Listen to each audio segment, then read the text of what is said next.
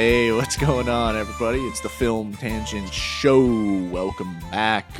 We have a special guest today. Ryan is back in the house. Last seen, Whoa. he was last seen on in season 1, and then he died, but we were able to resurrect him for season 3 here. So Ryan's back to riff with us here. And then, of course, we got our regulars, Edward and Jack here.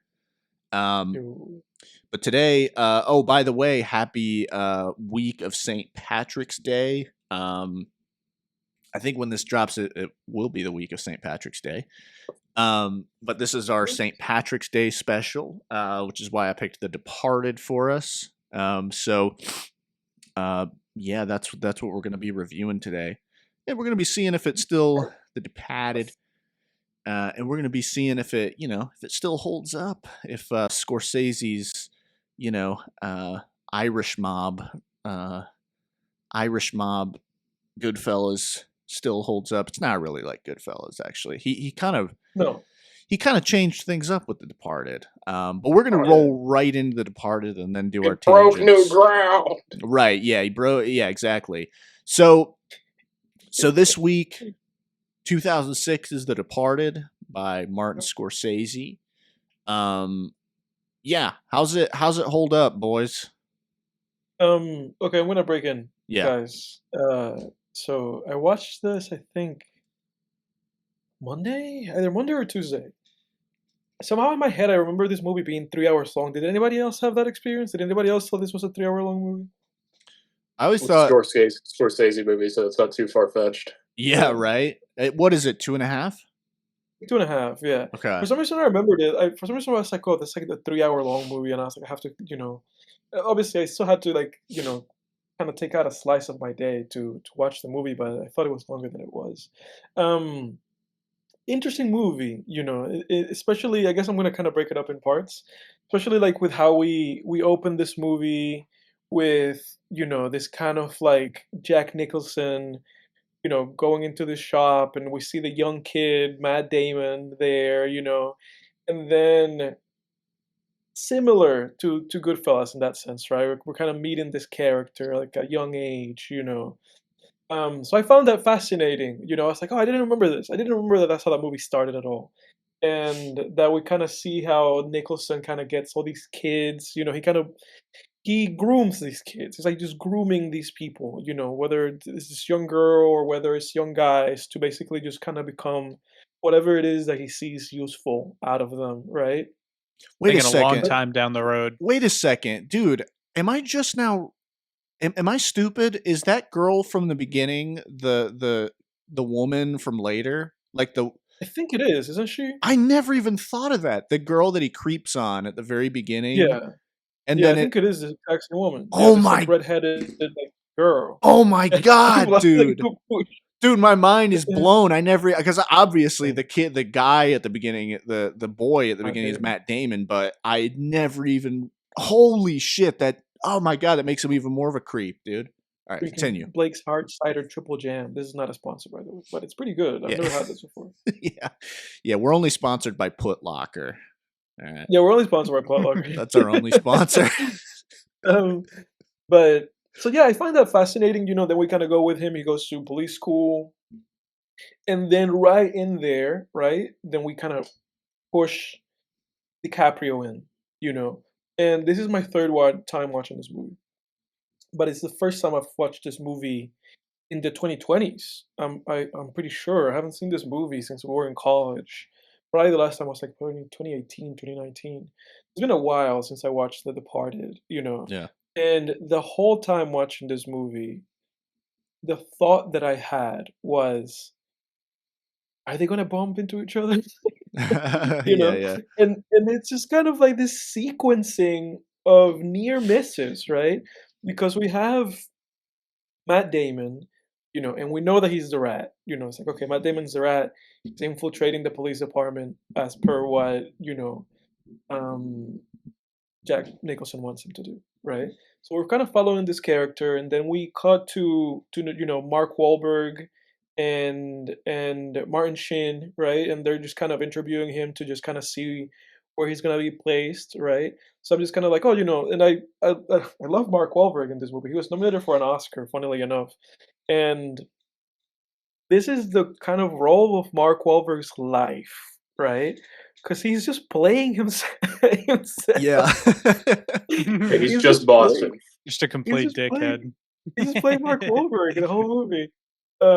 So I'm just like, oh, so in my head, I'm just like, oh, good for you. You kind of got the role of a lifetime, and you got nominated for this movie. And we have, excuse the dogs here, and anybody if you can hear them. Hopefully they kind of get washed out.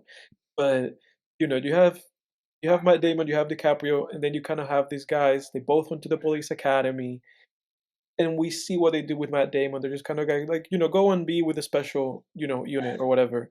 And then we have that kind of longer scene with DiCaprio, and a little bit of what this movie's language is kind of comes through in this scene, right? Because what I find fascinating in this movie right away is that they're talking to DiCaprio, they're asking him things, and the movie is very nonchalantly kind of cutting away to his past, right? When his mom died and her deathbed, and when he talks to his uncle, and none of this stuff is just kind of like, it's not like circa 1987 or anything like that. It's just kind of like cut away to this, cut back to the room with Warburg and Martin Sheen. And there's a lot of stuff in this movie that they set up like right in that room, like right in those rooms, right?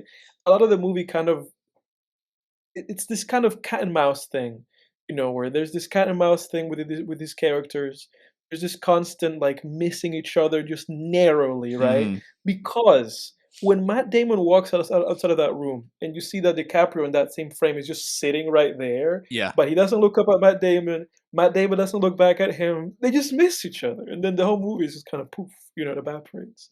Um, and again, a lot of the dialogue that DiCaprio has with Wahlberg, where Mark Wahlberg's like, "I'm your only friend on this planet," and you're like, "Oh my God," it kind of is going to become that later in the movie. So a lot of stuff is like set up here early on in this movie, and I was like really captivated. It's one of those movies that, despite it being like a 3 hour long movie, it just kind of jolts you. Like if you're falling asleep when you put this movie on, it just kind of wakes you up. Like the movie really kind of jolted me into place, and then I was just kind of doing my best to follow all these characters, and I thought that was really great. A lot of kind of frenetic editing, but also just a lot of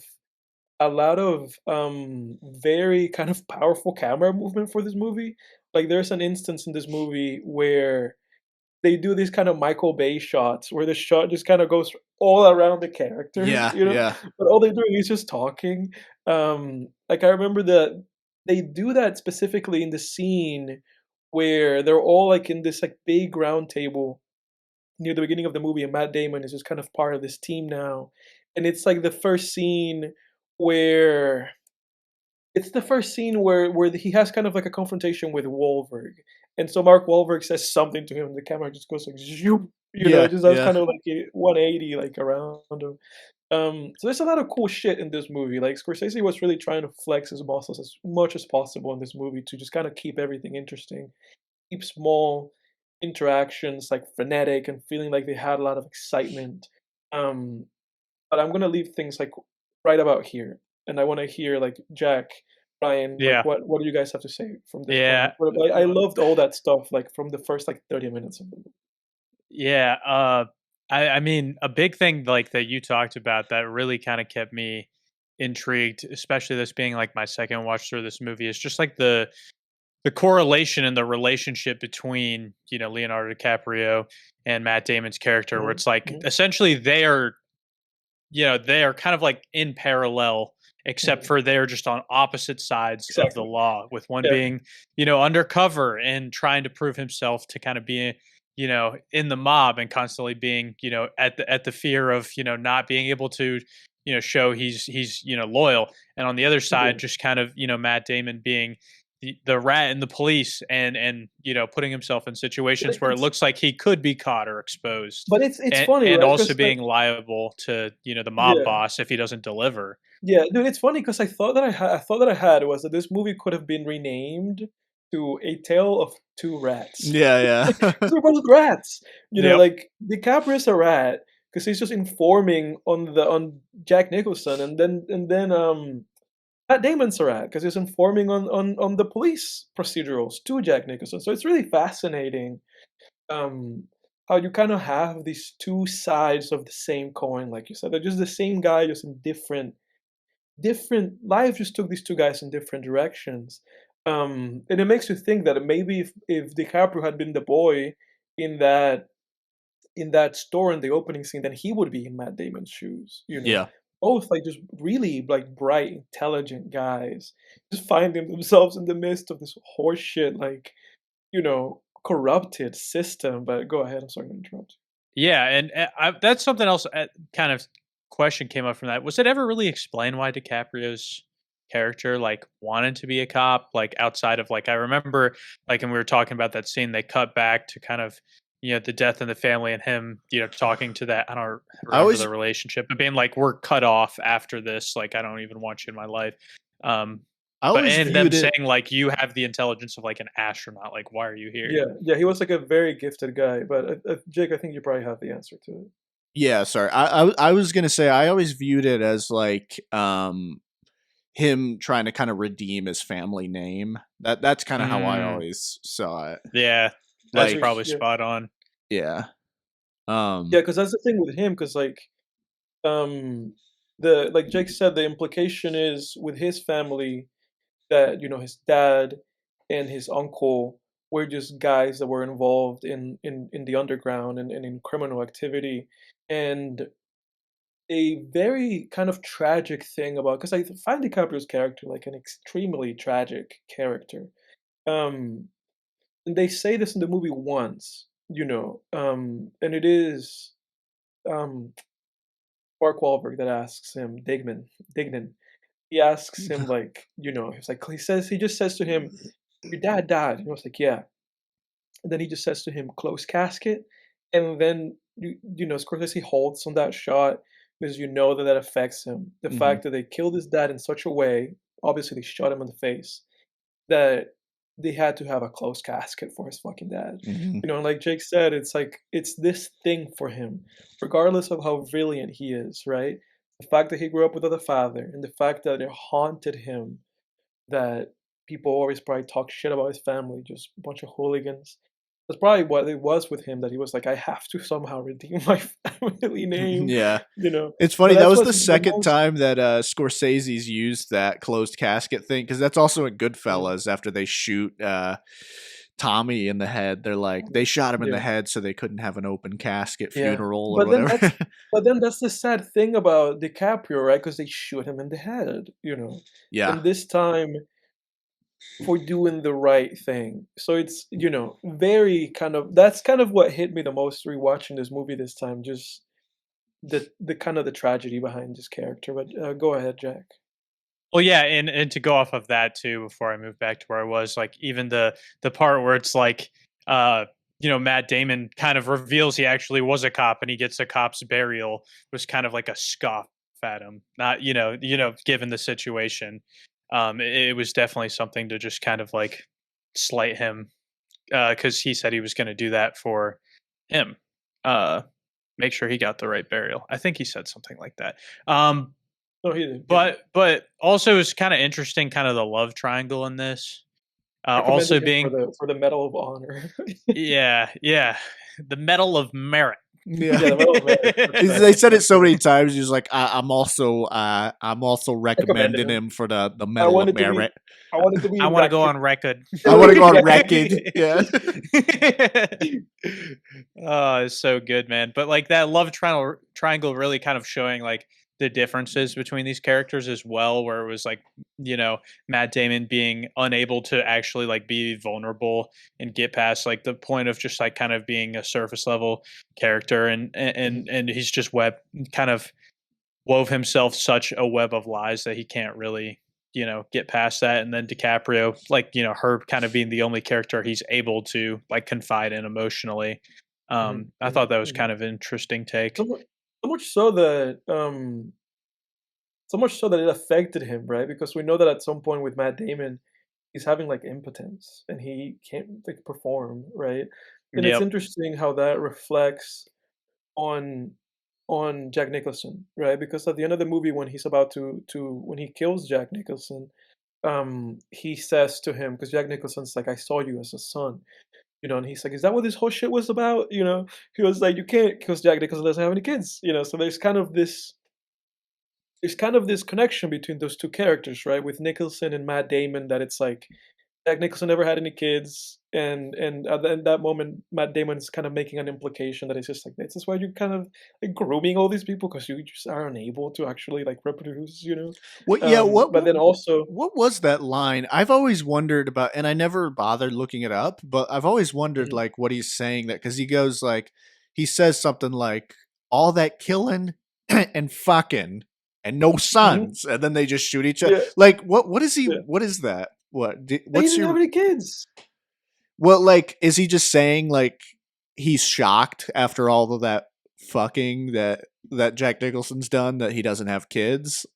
Yeah, because I think It always that just was seemed kind of like a just weird, him. out of place line. But yeah, go ahead. The way that I got it this time, it just felt like he was just kind of making a dig at him, like just kind of digging at him. Yeah. It's like all this shit that you do and you have no legacy, like there's nothing, like there's nothing. You're just Okay. it was kind of like him trying to put him down, like you're dying here now, and there's nobody after you. There's nothing after this for you. You're done. I kind of got that. That's kind of how I felt about it in that moment in the film. But again, it's the hypocrisy with his character because that's the same position that he's in the Mhm. movie. Because I think there is a huge implication in this film, and I don't know if Ryan, Jack, or Jake, I don't know if you guys agree or disagree that it's DiCaprio's son that she has. Oh yeah, yeah. I always, Yep. for sure, because I thought so. it's all there. Like, oh, what's up, Franklin? Frank, the legendary. What's up? How's it going, Hey. man? We got Ryan, the legendary. Just feeding the brain here. Just feeding the brain here. See what he's got to say. Yeah. That's a true Yes, the legend, ladies and gentlemen, Yeah. that you're hearing in the background there. So yeah, Franklin has now appeared on the Film Tangents podcast. That's pretty legendary. Mhm. They said it would never happen. But it did. I know, right? But so wait, what was okay? So yeah, Good no, job. I always thought, because the implications there, it's like he Mhm. plants that seed of like, or rather doesn't plant a seed, when he says that, when you basically have that small scene where, and I've always loved the subtlety of that scene, how she's eating a banana and she's just like, yeah, it happens to everybody, and she doesn't say exactly what it is, but Mhm. you just see her eating Mhm. that banana, Yeah. and you know, like, yeah. you know what she's talking about, like Yeah. Mhm. and then later DiCaprio It's- sleeps with her, and then she, Mhm. abracadabra, she's pregnant, and it's like, Pregnant, well, yeah. it wasn't Matt Damon. It wasn't Matt But also Damon But also, performing. I guess even to make it clear, he has two other moments in the movie, right? Because he has that moment in chronological order. He has a moment where DiCaprio kind of appears in the kind of stairwell, Mhm. and he goes like, "You're the only person that I know. You're the only person I can give this to." And she goes like, "I need to tell you something." And he's like, "Think about it real hard. And if you really have to tell me in 2 weeks." There was that moment, Oh and shit! then Yeah. there is the moment after she tells Matt Damon that she's pregnant, right? She reveals it to him. And then, she listens to the tapes that DiCaprio had, that funnily enough, Jack Nicholson left to DiCaprio and not to Matt Damon. Um, there's that moment where she, reveals that, like, I found you out, you're a rat, And then she says to him, and I thought I was the only one keeping secrets or something like that, which I think the implication there too is that she's like, this is not your baby. I'm just telling you that it's your baby, but it's not. Yeah, yeah, yeah. So yeah, there's kind of three moments that kind of paint that picture for the audience. That is true. Let me ask you this, man, because do you think that you think that his performance issues were because of like his lifestyle? Like, do you think it was? Let me ask you this: do you think it was from the stress or the guilt? Because I don't think Matt Damon's On character who? feels On guilt. Matt Damon. Yeah. No, I felt like it was kind of just like a character design to kind of play against this like cocky, Mhm.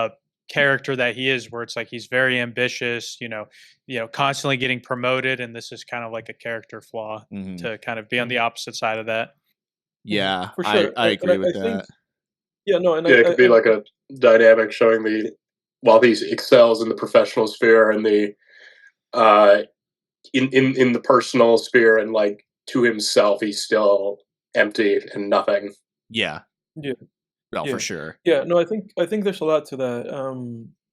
I think there's a lot to that for sure. And then also, I guess, like, on that kind of character level, like you were saying, Jake, the I think there's something kind of psychological at play with him too, right? Because the I believe that his character actually cares for her, in his own way. Oh yeah, Like, I yeah. think his character cares for her, and I think there is something to him that, honestly, I think that he would have been able to perform in that sense again in the film, like, or in his life after he killed Jack Nicholson. Because I think the issue that I think the block that he had was that he was just kind of living under that thumb, right? It wasn't even the guilt, like you said, because I don't think his character really felt guilt like that. I think it really was the fact that when he would talk to Matt Damon, to Jack Nicholson would belittle him for having her around. He would just like talk about her as like the little psychologist, and he kept making implications to Matt Damon that he was gonna use her as a way of like making sure that he was in line, Mhm. like making implications of like assaulting her and stuff like that. So I think it's that. I think that somewhere in him he was like, damn, like Jack Nicholson disapproves of me being with this woman, making accusations, like threats of killing her or doing something to this woman. I think he was almost like, it was almost like his body was having like a reaction to Yeah. that. And then he was just he was just not able to do it, But I think he really did care for her for sure.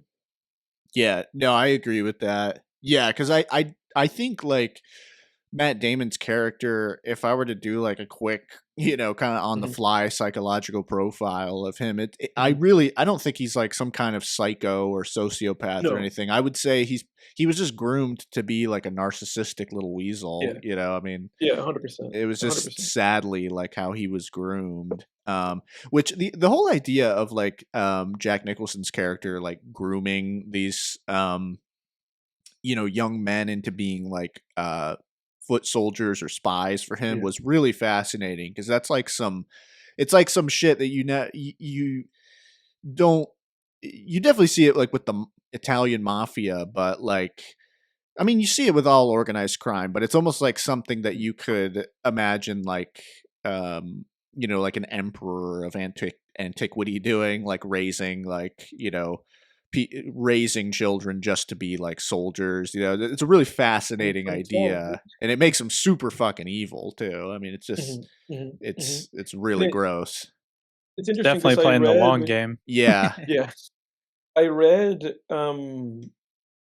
Scorsese's kind of take on what he presented Nicholson with his character, and according to them, they were basically trying to. Nicholson was supposed to be playing like the devil incarnate. Basically, that was kind of the direction that Scorsese gave him. Interesting. Basically, being like, this dude is an evil. Like, this dude is evil. Like, Mhm. this is just an evil person.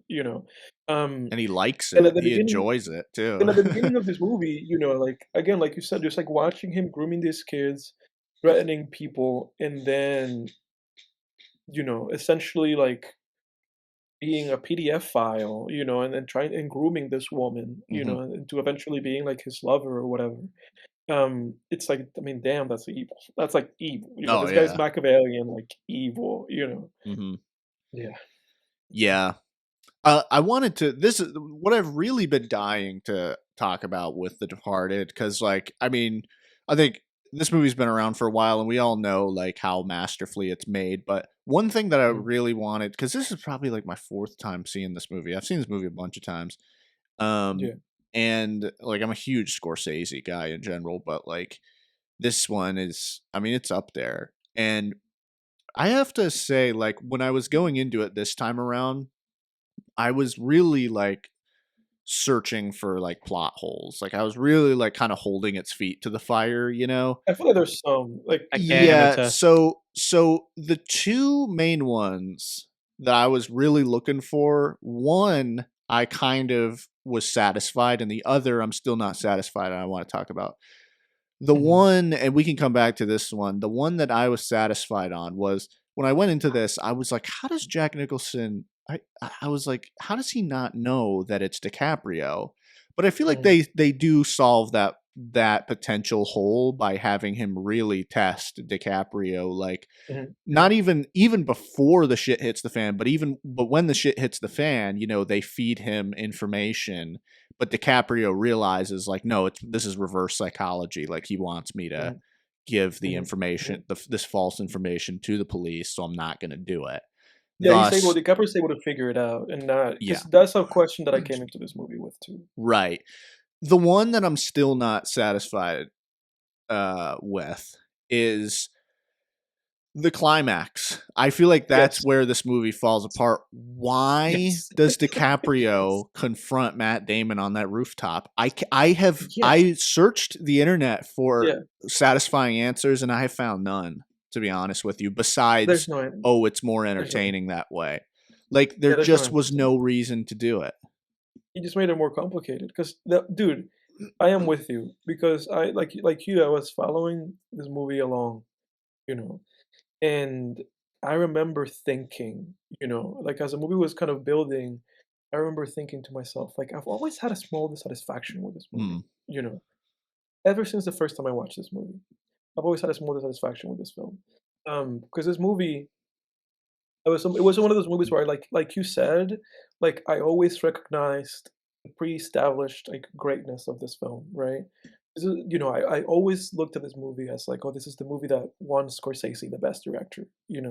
That's kind of where this movie's place in the pantheon of Scorsese has just kind of been that, the movie that gave him what Goodfellas should have given him, right? Mhm. That's kind of how it was always recognized, and what Casino wasn't able to give him. Like he got the fucking best director Oscar out of this. He got it. And again, I always come to this movie with that recognition. Great of cinematographer Prius in this movie. The cinematography is great. Scorsese's direction is great.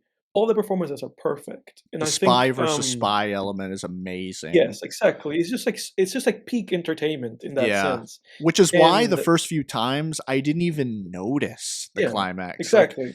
Exactly. And that was the thing, because again, like you, I didn't notice. And like but I kept leaving this movie dissatisfied. mhm. I just didn't know why. Like I wasn't piecing it together before, or I was not going into the movie trying to kind of place my dissatisfaction, right? And this time Mm, I was just kind of looking at this movie and being like, where does this movie fail me? Because it failed me yeah. every time. And I was like, well, it's not in the performances. DiCaprio especially, I think it's fantastic in this movie. But I was like, it's not in the performances. And then it's also like not necessarily like even in the emotional depth of this film, because I think this movie actually has a lot of emotional like depth, and it has a lot of of moments of emotion, specifically the interactions between DiCaprio and Martin Sheen, I think, are kind of like a lot of the emotional crux of this film, Mhm. and also between DiCaprio and Vera Farmiga's character. I forget the name of her, but she's the psychologist, like girlfriend character. I always felt like those three intersections, his relationship with Martin Sheen, and he kind of has like a surrogate dad relationship with him, and then his relationship with Vera Farmiga. I was like, okay, and I was satisfied with the film in terms of kind of how it was presenting and how it was kind of digging that emotion out of those scenes. Um, I particularly did find the scene in which she tells him that she can't see him anymore very kind of affecting. Because they have kind of that hug, that kind of water fountain outside the building where she works at, and she's like, "I can't see you anymore," and you can see how to DiCaprio it's like a fatal blow because he's like, "I have nobody." So the movie did work for me emotionally more than even it worked the first or second time. But like I was like, okay, all the ships are on the table. Nicholson's dead. You're in this office with Matt Damon. Everybody there is a police officer, And they know right? now that you're a police officer. Right. Fucking Baldwin's there. And um I forget the name of the actor. Anthony The guy Johnson? that he called Anthony Johnson. Anthony Johnson is the one that says to Matt Damon, he's been waiting here for hours, right? Mhm. But we know. It's like, dude, we know. Right. You know, And this is the scene in which she tells Matt Damon, like, hey, this is me, this is my code, this is blah blah blah blah blah blah blah blah blah blah, right? And it's like, dude, all the fucking cards are on the table. You just found out this guy is a rat, right? And not only Oh, I think his name is did he Anthony just Anderson. Is that it? Yeah, Anthony Anthony Anderson. Anderson. Yes, I'm Anthony sorry. Anderson. Yeah, Sorry, Anthony. Anthony. He's a Yes, great right. great actor, by the way, too. I Great actor. love him. The show The Shield is one of my favorite shows Yeah, ever. no, And, great and actor. he Great played. actor. Oh, Really he's likable so guy. good in that show, man. Oh my god. But yeah, go ahead. And something I was thinking, Edward, too, is like sitting in that room. I'm not letting anybody access my files except for the people I knew I was a cop and I could Right. trust. But I actually do forgive him for that because Martin Sheen's dead, and Dignam went But on, Mark like, a legal Wahlberg is high. on leave. You could wait 2 Yeah. weeks. Like, it's not that long. I would. Yeah, he did I go don't on his know. I rest. felt like it was kind of rushed. It Yeah, was like but I even don't know if I'd trust if I knew a rat was in the police force. right, There's a right, chance that right. person, Yeah. that was one of the flaws for me. But but he's there, and in my head, I'm like, dude, all these guys saw you, and you also can go and be like, hey, everybody, it's me. I'm a police officer. I was the guy undercover, me, DiCaprio, right? Even if they didn't really pay too much close attention to him, he can announce himself and be like, I solved this. I'm the guy, Yeah, right? yeah. Because this is such a successful operation that fucking Damon, that's when he starts going like the metal merit. That's where he starts. That's when he starts like yapping that The he's gonna Medal give of him the Metal Merit. Yeah, Earl Merritt. So, but he leaves, right? He doesn't do any of that. But like you said, Jake, those guys still know that he's a fucking police officer. Right. Anthony Anderson still knows he's a police officer, and he has proof. He has tapes of Right. recorded conversations. Yeah, it's not like that's what fucks it up because you either have to do. He's making a fucking citizen's arrest. Yeah, Why? exactly. Because it's like I would understand if the envelope was his only lead. Like, you know what I mean? That if that was the case, the tapes come out of hearsay. nowhere, by the way. Yeah.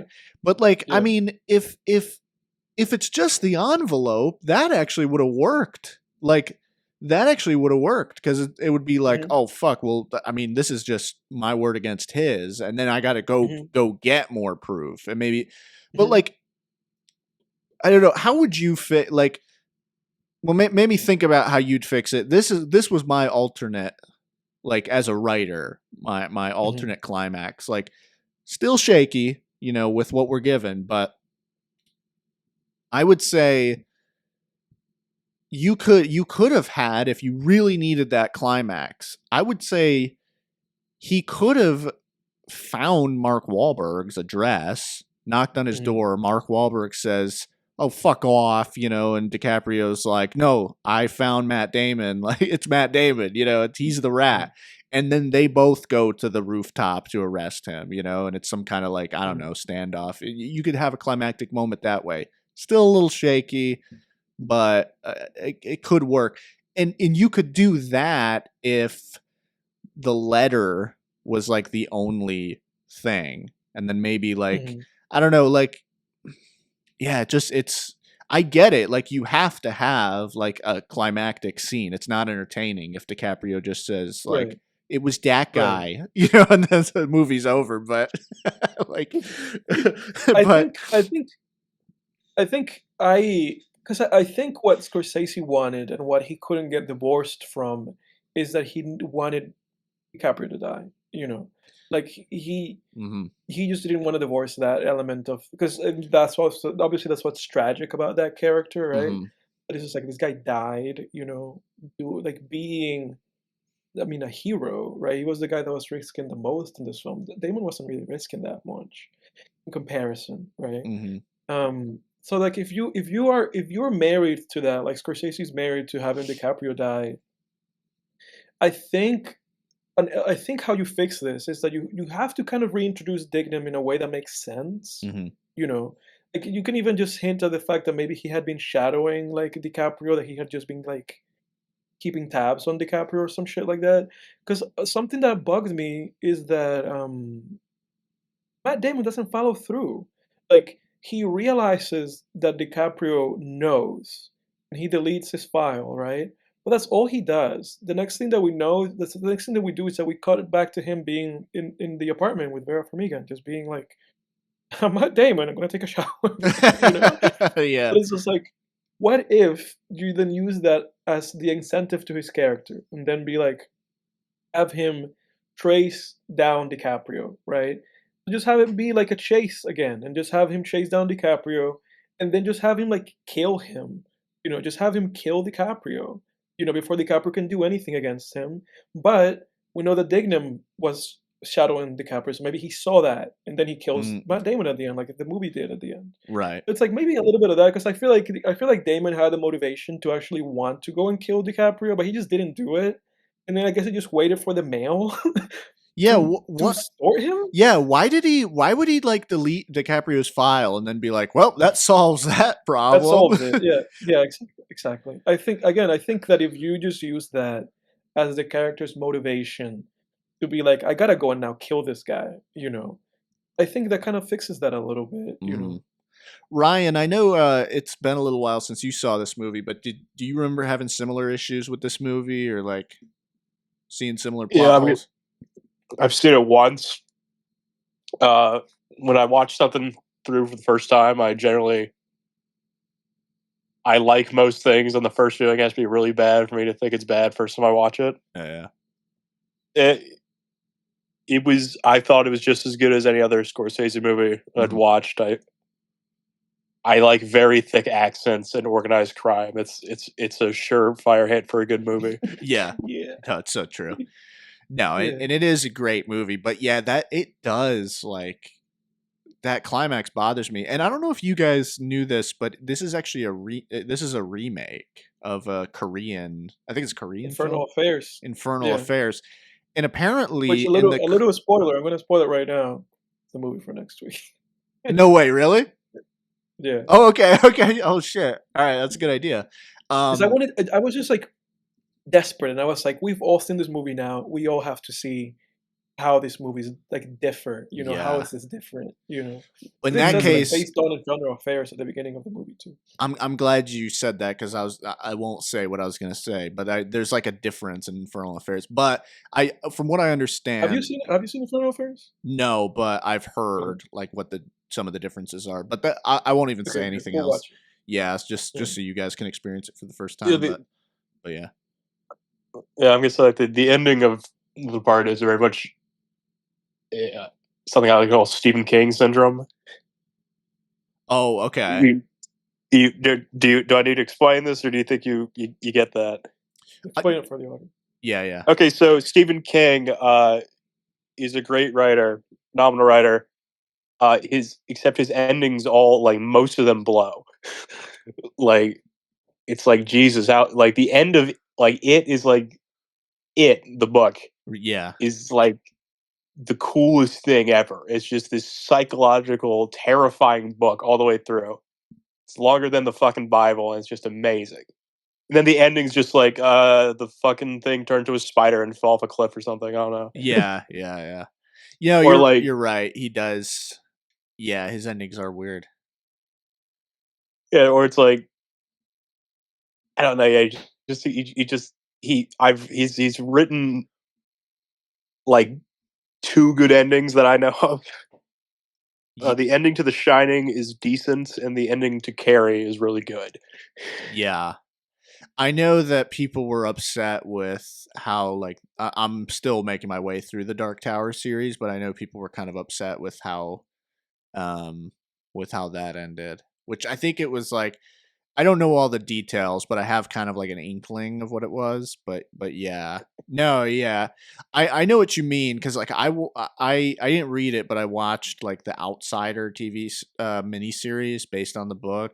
Sucked. It was awful. And yeah, it's like the ending. It was just the most anticlimactic. Like, just well, it's done now, And it was like, what? Yeah, which I'm a little more forgiving of bad endings than I think like most people would be, because it's rare that I've seen a movie where like the ending is so bad it's like everything else before is like fuck it, Yeah. Just like, I think if Star Wars ended with like, I don't know, like a fucking board meeting after, instead of like the medal ceremony, like they're just sitting and like drinking space milk or something, and be like, yeah, we fucking shot down the Death Star, that's it. And then it ended there. Like, I'd still think it was pretty good. Right. Yeah. But what about what is it about the ending of this movie that doesn't really work for you that well? Right. Me, well, just kind of the, I'm forgetting my words. Yeah. Just kind of the Deus Ex Machina, just DiCaprio just be like, hey, Yeah. gotcha. Yeah. Because in practice, right? Like in practice, I do like this ending. Just kind of like the shocking factor of it. Yeah. Like when I first watched this movie, and they're going down the elevator, and Matt Damon's like, "Just kill me," like, oh my god, And then the elevator opens, and the guy shoots DiCaprio in the head, and shoots Anthony Anderson. Like there's an element of that, and then at the end, he walks into his apartment with the same bread and milk shit that he's been eating his whole life that Nicholson has been buying him or whatever, and then Warver kills him. Like there's an element of that that's really satisfying. Like you guys get what I'm saying? Like there's an element of this like just headshot, headshot ending. It's really satisfying. So that's kind of why I always kind of had this misgivings with this movie, because I was like, this ending rocks. Yeah. It's just the logical of it all. Like it just doesn't glue all that great, but the ending rocks. Well, I think that could play to the better or worse of it, is it just being so like, boom, headshot, he's dead now. There's no struggle, there's no anything, just immediately dead. Yeah. And the same thing with Matt Damon as well. Like, just walk in, nothing's happened, just carefree, going into the apartment. I think I got out of it. Boom, dead. And it's just I like, love that about this. And I think that's why it's like watching for the second time was different. And you can make the argument about whether, like, does it matter that it's not as good when you watch it the second time? Like the ending's kind of made to be something that would be the best the first time you watch it, because you're just not expecting it. Yeah. And there's so much tension built up through this whole movie where you would never think going into this fresh that both of these characters that they spent all this time on aren't going to make it out.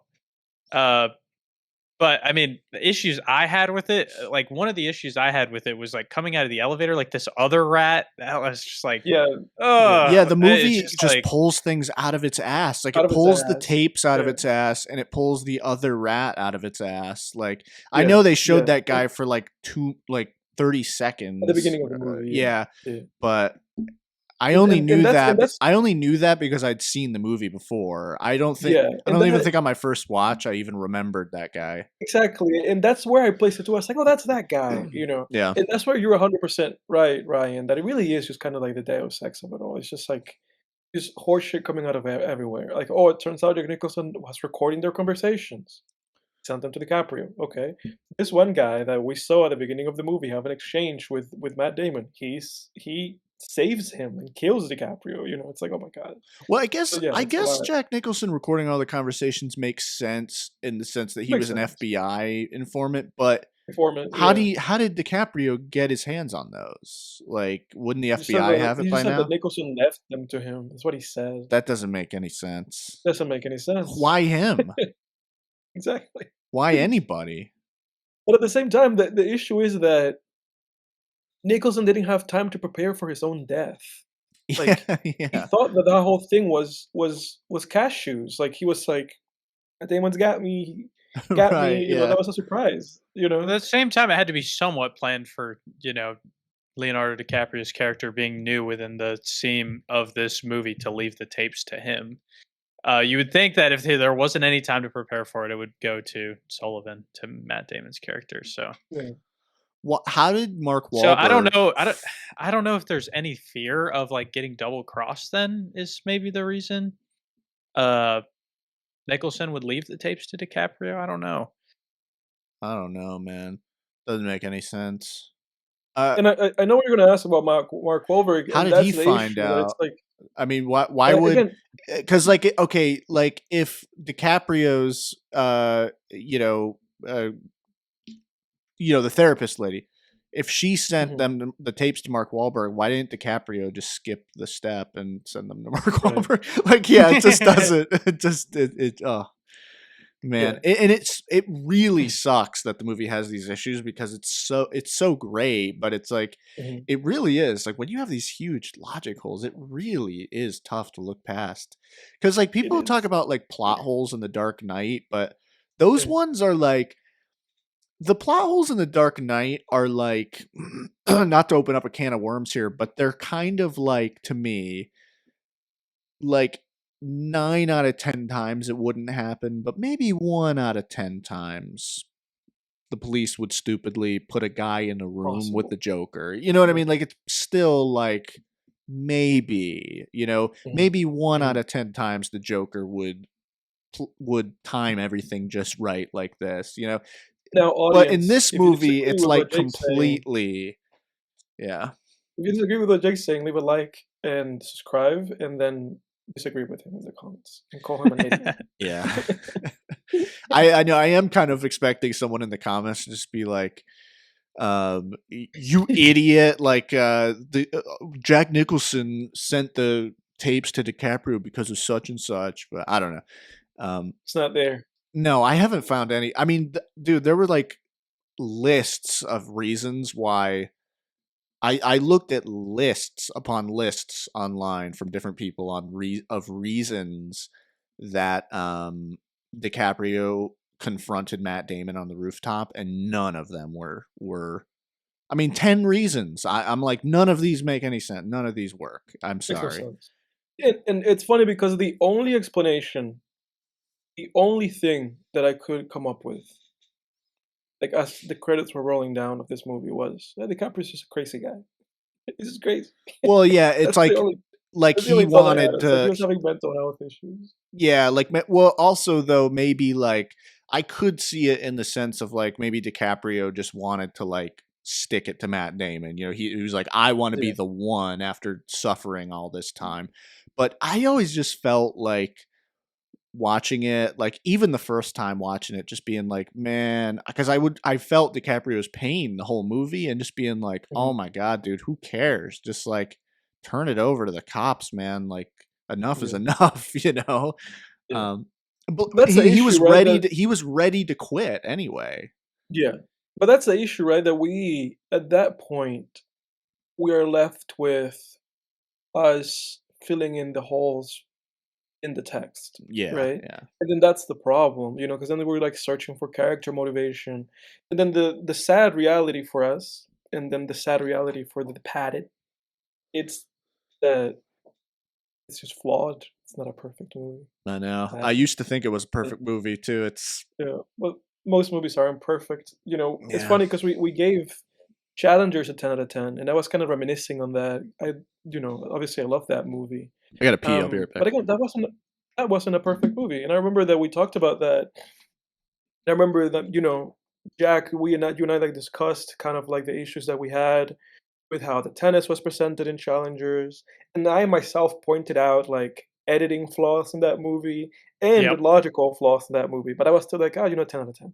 So it's like, I don't have the expectation of like perfection from movies. Yeah, there's no Um, 10 out of 10 no, immaculate, no. perfect movie no matter what.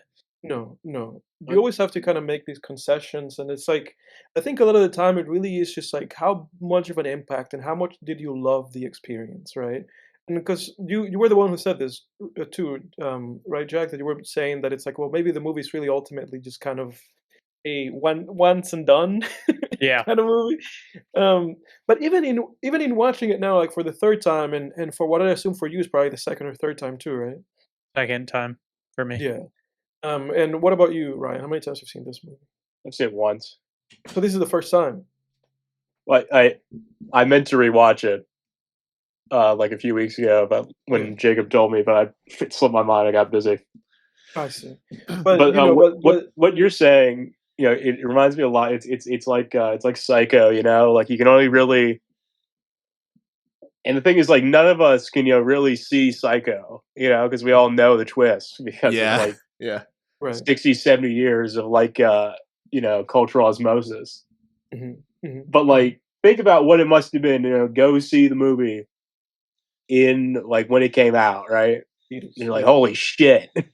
Yeah, so true. But like, is that a bad thing because it made you like go holy shit that one time, but then it might never like happen again? That's an interesting way to think about it. And that's kind of like where I'm coming from, right? Because it's like that's the intention, right? Like if you sat down with Scorsese and I'm 100% sure that he was like, I just wanted to shock the audience and have them leave that theater just being like, wow, And the first time I watched this movie, that is literally the impression I left this movie with, And in that sense, it's a fucking success, Obviously, if you ask Scorsese about it, he would probably be bummed that it's like, yeah, there's logical like there's just logical kind of holes in this movie, but I think I think he probably would still be like, well, but I made Bungo Bucks and won an Oscar, it's a success, So yeah, it's like it's not perfect, but what movie is, That movie's fucking perfect. Although this movie, Goodfellas is perfect. Really stand a lot of rewatches. Goodfellas is perfect, 100%. There's no flaws in Goodfellas. And Scorsese. I'm not gonna argue that. Yeah, I mean, I've seen the movie Jacob, enough times. How do you think Goodfellas compares to Casino? Goodfellas is better, I think, but Casino's fantastic. Sure. I don't know. I have to rewatch. I've only seen Casino once. I've seen Goodfellas like 6 times, probably. I saw Casino like recently. I think I spoke about it on the podcast at some point. Yeah, last you did. Season. Yeah, it's fine. It's not better than Goodfellas. It's great. Don't get me wrong. It's a great film. But I think Goodfellas is kind of like it kind of is like the magnum opus in a way of this man's filmography. Yeah, no, for sure. While we get okay, well let me do this first. You guys, let's rate The Departed. Well, first of all, I guess does anyone have any other thoughts on The Departed before we depart from The Departed? We're just talking about the cranberry juice part. Okay, so I had an interesting theory. Dude. I kind of forgot to bring this up. Yeah, Jack brought this up. This is good. So when there's that scene, remember when DiCaprio's trying to get his in to kind of get in with Costello, go to that bar. He orders a cranberry juice at the bar. Cranberry juice. And a cranberry juice. I love how he says it, dude. He's like cranberry juice. And he says it in a way where like he's embarrassed to even order it, like off the bat. But the guy next to him says like, what are you, my girl has those when she's on her period or whatever. Mm-hmm. And then like he kind of like smashes him over the head and then have that whole altercation with, I guess that's like Costello's right-hand man, really. Yeah. Was kind of like, that was his in with him. And at the end of the scene, he's like, well, what were you drinking? And he was like, a cranberry juice.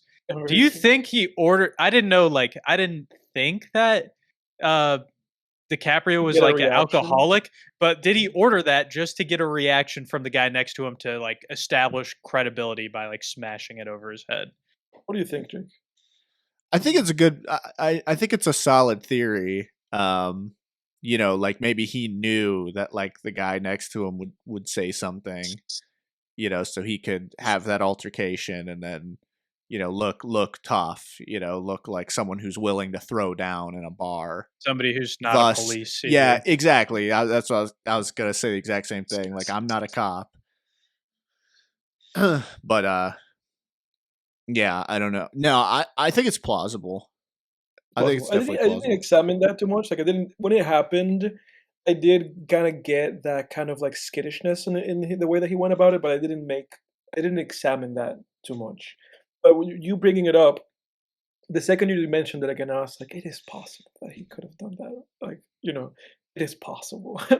So if you're watching this, put it in the chat if you think it was, an intentional move or not. Yeah. I will say, Jack, I did look it up after you said that, and you're not like some other people agree with you. Like so I think you're, like you're not the only person who has noticed that, so I think there's something to that, like the fact that a lot of people have picked up on that. I think it is plausible because it is like an extra step of like, showing that like, hey, if I were an undercover cop, like I wouldn't be getting into bar fights, you know. Minor detail though. Overall. Yeah. Scorsese's movies are like that, dude. Like Goodfellas is like that. There's like so many tiny little things in Goodfellas that you could just pick apart forever, man. Yeah. Like, Yeah. Although there something to keep in mind too with this movie specifically, that this movie has a little bit of like an improvisational element. mhm. I read up on that in watching it, specifically when it comes to any scenes that involved Jack Nicholson. Jack Nicholson apparently was doing a lot of improvising. So much so that scene, you know, this scene where Nicholson sits him down and it's kind of like the whole rat scene, Mhm. like around like the hour and 40-minute mark of this movie. That scene was like mostly improvised. And it's interesting because in knowing that and watching that scene, you get it. Because they're just kind of like going in these weird circles. You know, Nicholson is like drawing and like lighting things on fire. And you're like, Yeah. what is going on? You know, so there's a few things happen that maybe might be more internal than external in terms of kind of like plot and what the character was supposed to be doing. I think when I don't think you just said this, but I think when he drops the gun and Jack Nicholson picks it up, I think that was improv. That was improvised. Did you just say that or? No, I didn't. Oh, okay. Just wanted to make sure. But yeah. I've heard that part was improvised. But the last bit of trivia that I have for this movie, before we move on, if we're moving on from the part, Yeah. is that the rat in the end is digital. It's a fake rat. It's a fake rat, dude. Fake rat, dude. Even the rat's a rat. Even the rat's even the rat was planted, man. Yeah. Did you guys hear about the guy? There was a guy who was making a fuss on the internet, like who was trying to start like a petition or something to get that rat removed from the ending because he thought it was like really on the nose. Like, I know it's like it's so little. It's like, dude, I think this movie has bigger problems than the rat at the end. I wish that was the only issue. I mean, obviously it's on the nose, and it's like, man, fuck it, man. They're in fucking Boston. There's rats everywhere over there. Who cares? Yeah. Also, Scorsese's allowed to be on the nose. Yeah. No, the man does crazy shit all the time. Let him do a cliche every now and again. Yeah, for sure, man. Get a guy to draw that rat. It's like, draw me a rat. He was very convinced. He had a guy just digitally put a rat. Yeah. It looks like a real ass rat to me. It looks real. Doesn't look like 2000 CG. Yeah. Yeah. So I used to give The Departed a 10, but I have to give it a 9 now just because of the plot hole. The big really, it's like, I know there's a few, I can even get past like the tapes thing and Mark Wahlberg figuring it out, but like the climax of him confronting Matt Damon on the roof, it just doesn't, like, no one's been able to explain it to me yet. So, but you know, with such a glaring plot hole and a movie still being a 9, that's a testament to how great it is. But what about you guys? I think I'd give it a 9 too. I think that the first watch through, I really think it's just that shock factor. Is the first watch through, and that's a testament to it. And coming back and watching it again, yes, there's things that don't exactly add up, but just, I mean, really felt so perfect and so well done up until that point to where I think it still holds up. For me, this movie has always been an 8. First time I watched it, I give it an 8.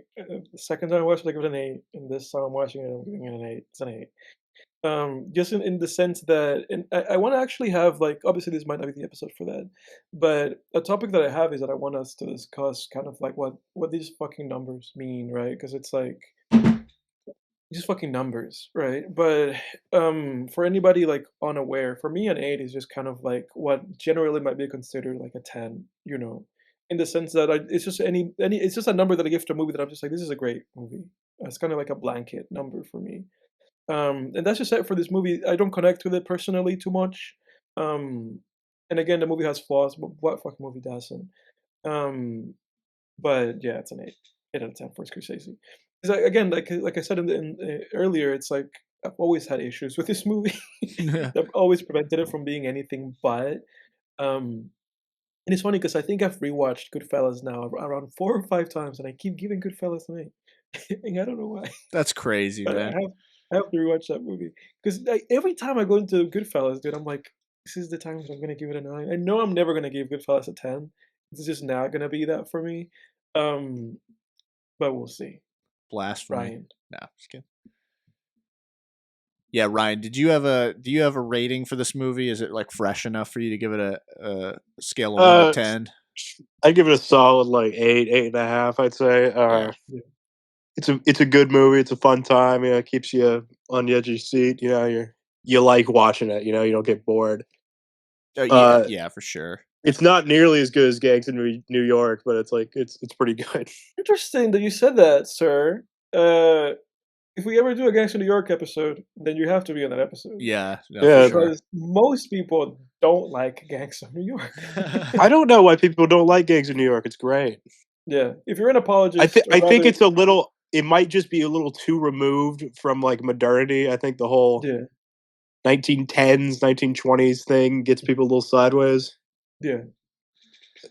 Because like the 30s, people are like, oh yeah, hell yeah, the 30s, the 50s, the 60s. People are like, but the second you get before that, it's just like weird. If you're a believer of that movie and we ever talk about that movie, be on the episode. I'll remember this. Because Jake, you haven't seen Gangs of New York, right? I have not seen. That's like the only Scorsese movie I haven't seen. Gangs of New York. Yeah. So if you ever get the Jimmies and you want to watch Gangs of New York, Brian, you have to come back. Yeah, we'll bring it back so that we can talk about it. I have the average calculator for it. So for our show, this movie's an 8.6. Did you have it, Jack, too? Yeah. Yep. Yeah, I'm gonna leave this to you. You're gonna be the calculator guy. I got it. Because I think I saw you doing it, but I didn't know. Yeah, since Jack's an engineer, he's the only guy here that can do arithmetic, dude. yeah. 4 scores divided by 4 is real tough. Yeah. It's tough for me, dude. Believe me. All right, cool. So while we have Ryan too, I want to get the most out of Ryan while we have him here. Ryan, did you want to talk about anything like recent that you've been watching, reading, listening to? Maybe we could straight. I watched a really good movie a while ago, but I can't remember what the heck it is. So. Oh yeah, I've seen that one, dude. No. Yeah. Something I was going to mention, actually. Sorry to interrupt you, Ryan. I'll let you talk in a second. You guys should make letterboxes, especially you, Jack. You should make. I have one. I have a letterbox. Yeah, Ryan's got a letterbox. My phone. Fuck, dude. Send me a text message because Jack, that way you can have it, and so that way you know what we've seen. Because on Letterboxd you can go to a movie and if I've seen it, you'll see my rating on there. Yeah, and I've been trying to build up the logging of things, and I think I've missed a couple from this film tangent series, so I need to make sure I reflect that. But you get on there. Yeah, I know. All right, I'll send it to you. Where I also know what kind of X-rated movies you guys are watching. I put all my X-rated movies on that.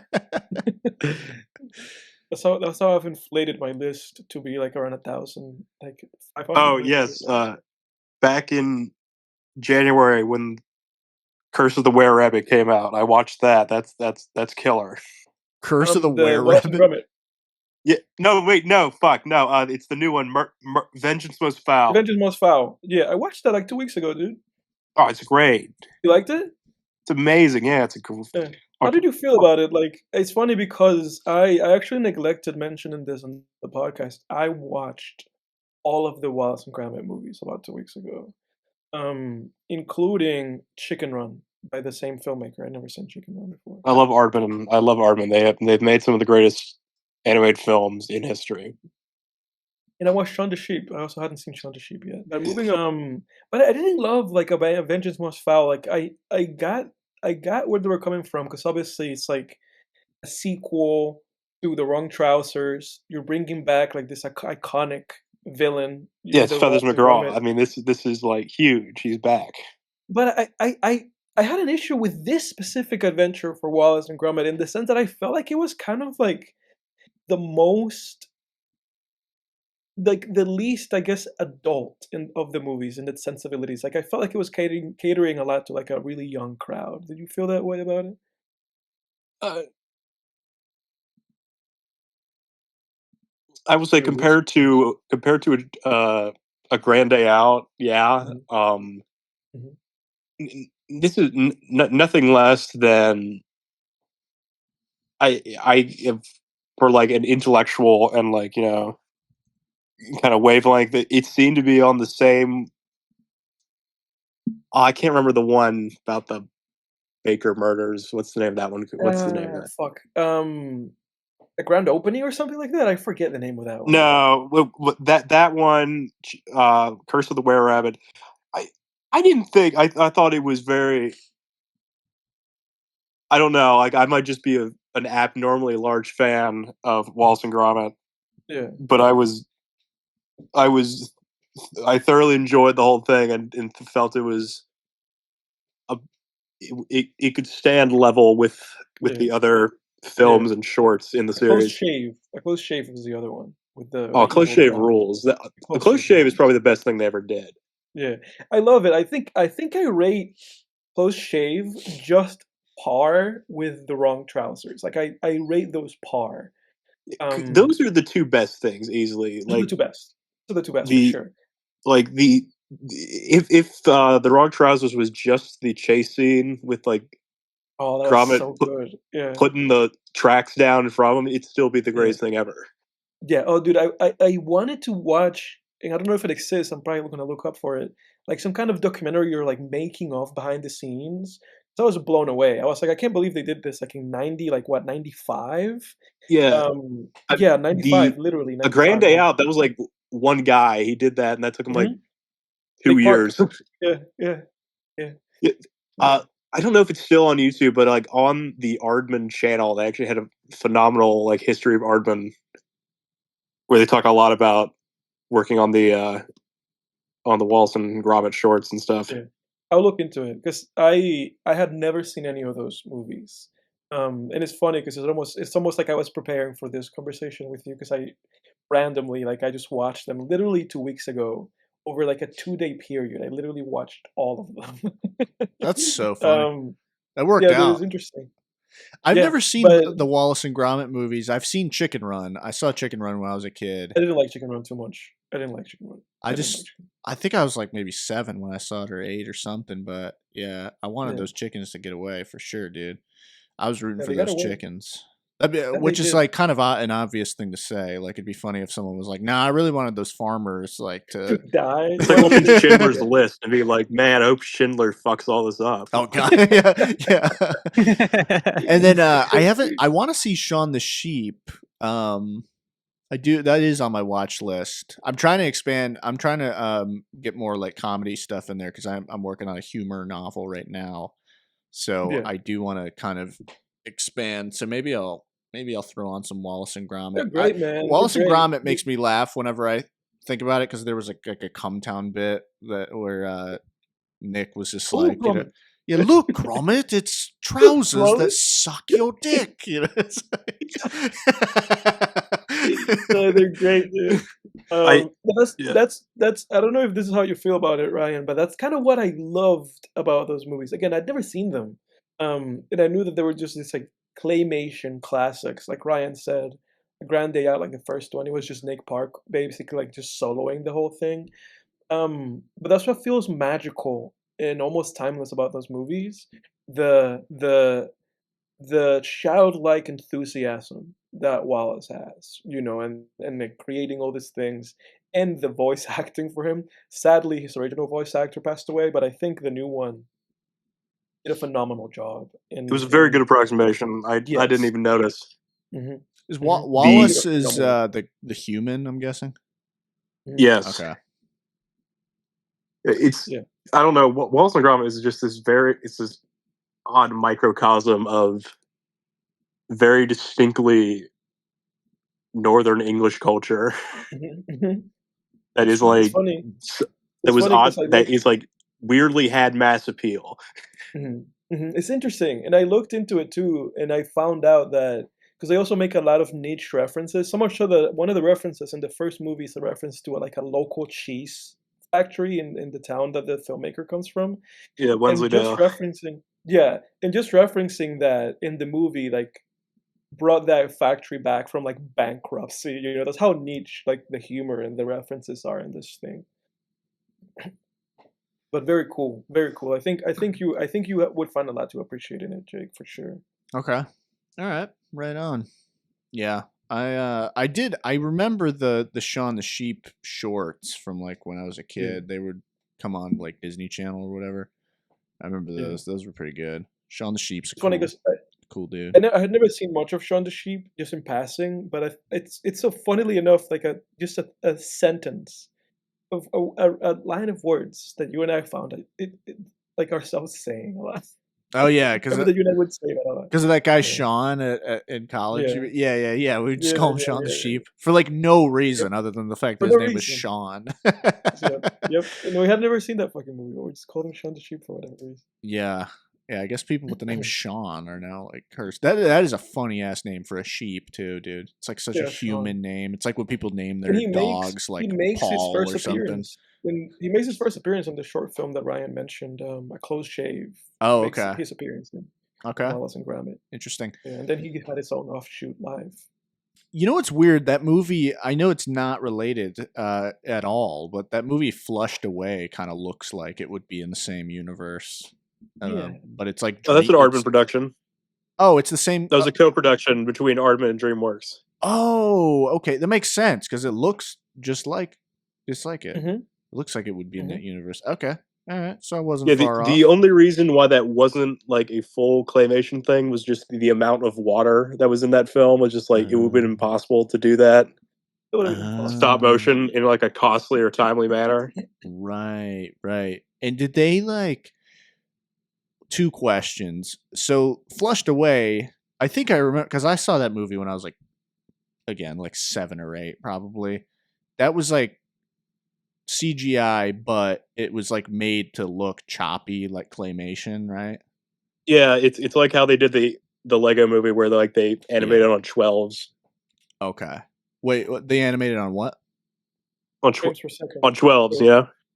On 2s or something. Oh, okay. That's the frames Just per cutting second. the frames. Okay. Yeah, just cutting the frames to just kind of add that kind of like jittery like movement. Yeah, that must be what they do with the Spider-Verse movies too, I guess, right? Oh, 100%. Yeah. That's also on 2s. So it's like for every 2 frames of 24 is the same picture. Yeah, there's no in between. Interesting. So you get like this. It looks a bit more like an older style of hand drawn animation. Spider-Verse is probably one of the greatest animated films I've ever seen. I'm still anxious for the third one. Yeah, they kind of left us. They left us hanging, man. At the end of the second one. I agree with you, Ryan, in the sense of like I really loved the first movie so much so that I haven't even bothered. Like I haven't gone back to rewatch it just because I want to remember it as a movie that I love. Although I feel like if I rewatch it, I'll still love it. Jake and I've seen it like 6 times, and it's just as good every time I watch it. Really, we watched it for the podcast. We watched the second one, and I really liked it, but I didn't love it. But I did thought that the animation was incredible. Like that was the thing about that second movie, more so than even the first one. Just that it was clearly just kind of this animation like marvel that they put together. But with the plot of that second movie, I couldn't buy that movie. Multiverse stuff is so played out, man. But go ahead, Ryan. I think Spider-Man is more like Spider-Man is the only superhero I care about. I do not give a shit about anything. I cannot stand. Yeah. I have not seen a Marvel project since that piece of shit Multiverse of Madness. Yeah, that's strange movie. Dude, that did suck, man. I only went and saw it because I saw Sam Raimi was directing it, and I just like part of me hoped like it would be fun. Dude, and there was like 2 fun scenes. I know. There was, the like, first 2 fun Doctor Strange scenes. was fun. Yeah, the first one. Yeah, it was fun. It was fun. It was okay. Like it was a fun movie. Yeah, but like, yeah, dude. I thought I was like, oh, this will be Sam Raimi, and it'll be like some multiverse cameos or whatever. And it was like there was like one weird like obscure cameo, and then the movie sucked. It was stupid. Yeah, but like Spider-Man has like it's dealt with this whole multiverse thing. It was doing it way before it was cool, you know. Spider-Man's been doing this shit since the fucking 90s, okay? Like it has a bit more of a legitimate claim to. I remember that episode where with a bunch of Spider-Mans, like the one with the 4 arms, and like I remember that Spider-Man episode from the 90s where they do that multiverse shit. But I think the issue is that regardless of the fact that they did introduce that like back in the 90s in the animated series, it just feels played out now. Yeah, like, it feels gotta played be, out like, now, but burned. like it felt a lot more natural, which is weird sure. because the multiverse in Spider-Verse is very kind of artificial, like on purpose. Like it is, you know, very maintained and all that shit. Mhm. But I don't know, like it's like it was treated like it wasn't like that exciting, really. Yeah, it was like kind of treated as like this mundane thing. It's like, yeah, this exists, whatever. Just deal with it. Like it once the multiverse thing started, you know, it didn't really get. Well, it did, but it didn't like call attention to it. Like, was it a major plot point that Miles was in like the wrong places? Yes, but like, was it like we have to keep jumping across the multiverse to like get the fucking shield of Dick? I don't know, like just yeah. No, I know what you're saying. Yeah. It definitely made me. I think the number one thing that movie did for me, outside of being a good movie and being fun, I think the number one thing it did for me is that it made me want to play those Spider-Man games on the PlayStation. I got the Spider-Man game. I got like the 2018 Spider-Man. Oh, that game Also rules. because you have all the suits, you can change your suit to be any of those guys. Is that the regular Peter Parker one or the second, the Mhm. Miles Morales? It's the regular. It's the Peter I only Parker got the one. regular. Yeah, that I was only got the good. regular. That was good. When I play that, I only use the Raimi suit just because I refuse to acknowledge any other Spider-Man. Yeah, it's a beautiful suit, that Raimi's one. Yeah. I mean, I think like Raimi's Spider-Man 2 is still like the crown jewel. I don't know, man. Like the Spider-Verse movies, people love those things, man. And People like love them. People adore those movies. I don't know, man. Ryan's I've seen always every thought one they of them, were too. like about as good. Like that first one was about as good as like the first Tobey Maguire one. I don't know if that's blasphemy. It kind of, I'm sure it is, but I mean, like that's high praise because like Spider-Man 1 is like one of my favorite movies ever. yeah. I adore Like that movie. I think I think the whole comic book genre needs to die for like 10, 15 years. Yeah. And then like you get someone like Sam Raimi to start it back again. Just like I'm gonna let it though. actually have fun with it. I feel like if these like upcoming Doom movies fail, then they'll probably be like, we have to just let this shit go. The Doctor But Doom I think it's movies. the Doomsday movie that's coming out. Because I couldn't believe like when I saw that like fucking Downey was coming back. I was like, "Are you kidding me?" I know. Like I like so audibly lame. sighed when that came up on my fucking news feed or whatever. And that actually is one of the lamest videos I've ever seen. Just him like taking off that Doom mask and like spreading his arms like it's me. I was like, oh fuck. Same with like Hugh Jackman coming back as Wolverine. It's like, oh, you guys are gonna be here forever. It's just like, oh yeah, my it's like God, it's man. like going to like Comic-Con, and you see like the dude that played like Augustus Gloop in the fucking Charlie and the Chocolate Factory from the 70s. yeah. And that's like his one thing, and he's like there. He's like fucking 70. But he's like it's weird how show business works that way. Like there's so many actors where it's like, oh man, they were this huge role and now it's like they're just like, yep, that's the biggest thing I've done in the past like 30, 40 years. That's got to be tough to deal with as an actor. It's silly, and maybe though, maybe that fear is part of what keeps guys like that around, like just coming back. Maybe. But yeah, it's silly though, like when you think about it in the sense of like, they made Logan, right? James Mangold and what's his name? What's the name of the guy? Logan guy? Wolverine. Jackman, right? Yeah. Hugh Jackman. Wolverine. But the shitty thing is that they make that movie, And the whole campaign of it with Hugh Jackman is like, I retired the character. It's like I can stop working out and injecting steroids up my ass. Like I'm done.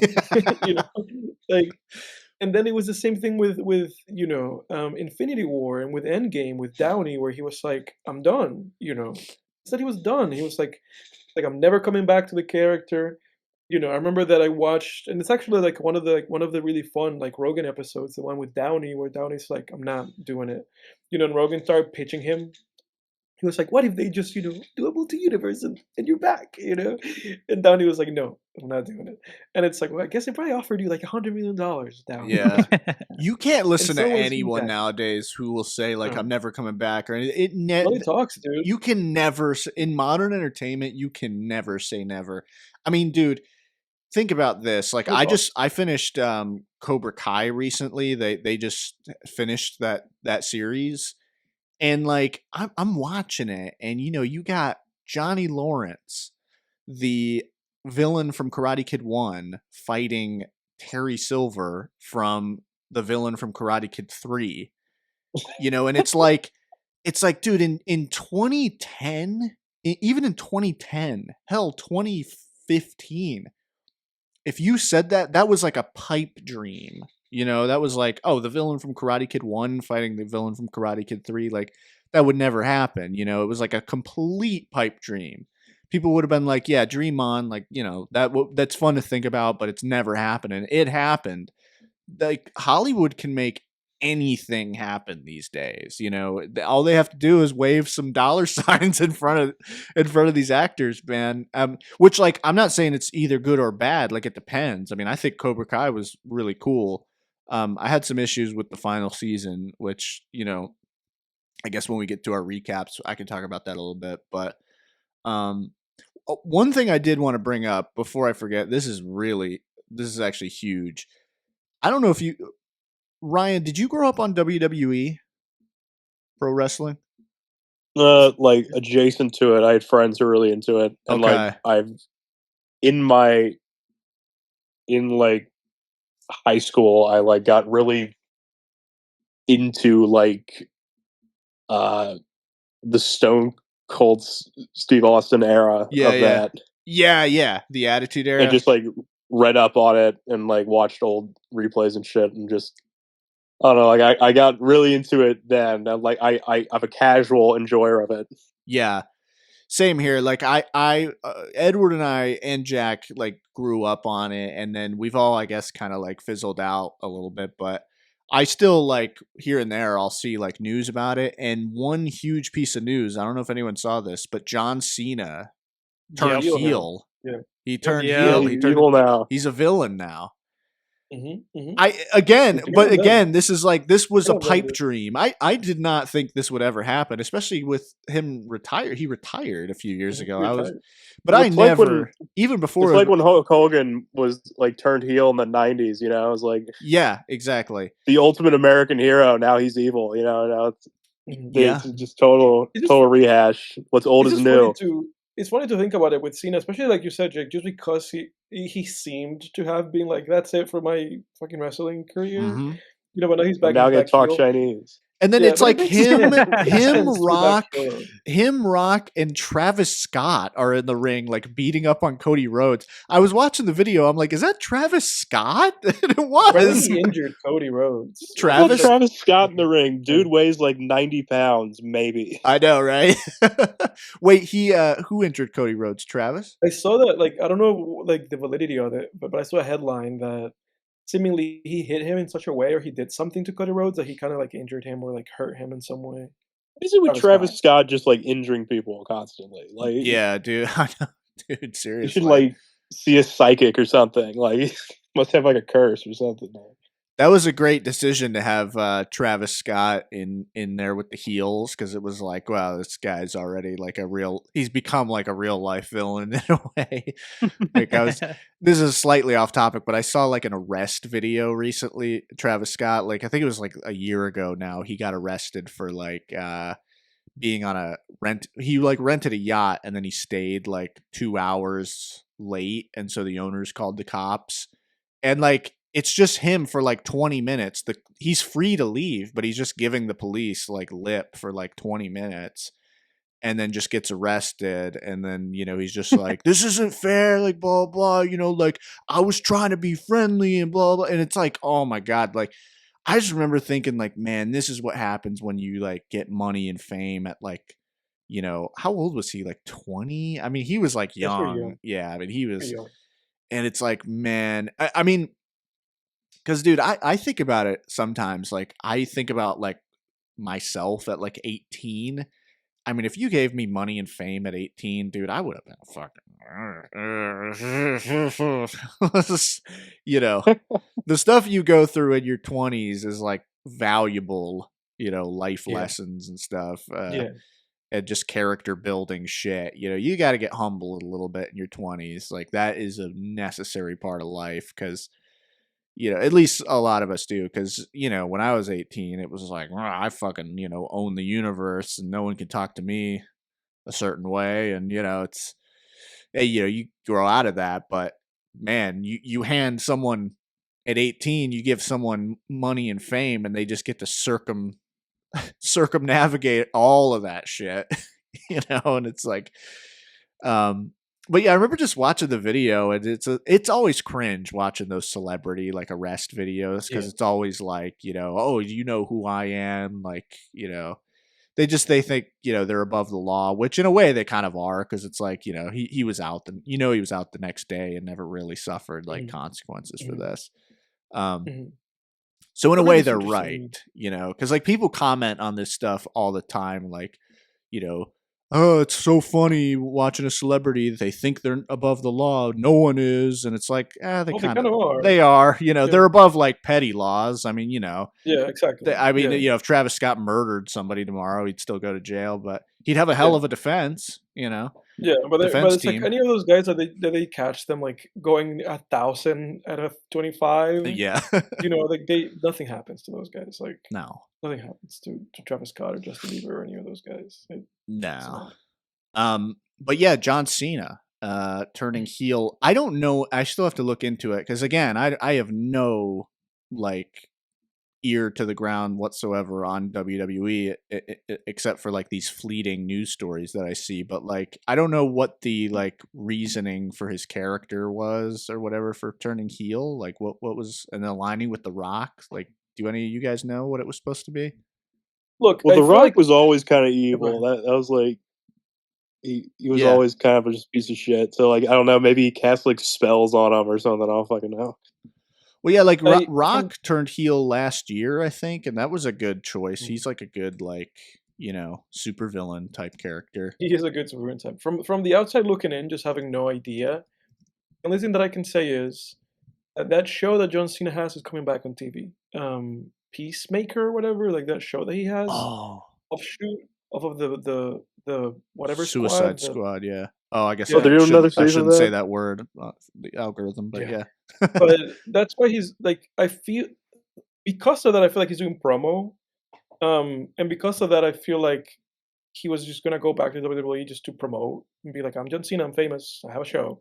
And then maybe the heel thing is just the way in, but I don't know how it happened. Like in terms of like kayfabe, I have no idea. I've not been watching that shit. In the lore, yeah. Oh, I like your wrestling terminology there, Edward. Kayfabe. Kayfabe, dude. I've been a wrestling fan for 25 years, bro. Yeah, man. The wrestling terminology is all so funny. They're like, oh, in an interview, they're like, John Cena shoots on turning heel. Or like, it's like it's not an interview, it's a shoot. Yeah, it's so funny. Yeah, I mean, crazy times we live in, man. I honestly, like, I know it's like, again, like in the entertainment world, it's like you really can never say never, but I never thought it would happen, man. I thought like for sure, I was like, oh, John Cena will just always be like a baby face. But I guess it kind of makes sense to do it now because he's not like their cash cow anymore. Like it was risky to do when he was like their big merchandise cash cow. But now that he is out, and he's been out like, and not like a major face for a while. You know, he's done the movie star thing for the last like couple of years, so he can like Yeah. This is a big way to come back. You know, Yeah, exactly. From a writing standpoint, I get it. This is exciting because like it's one thing for John Cena to come back. That's one thing, and that's exciting enough. Like, oh, now he's evil. Yeah. Now, and people are talking, so it's worked. Here we are talking about it. This is a Yeah. There's no other. Yeah, there's really like no other reason we'd be talking about WWE right now except for, this happening. So yeah, you're exactly right.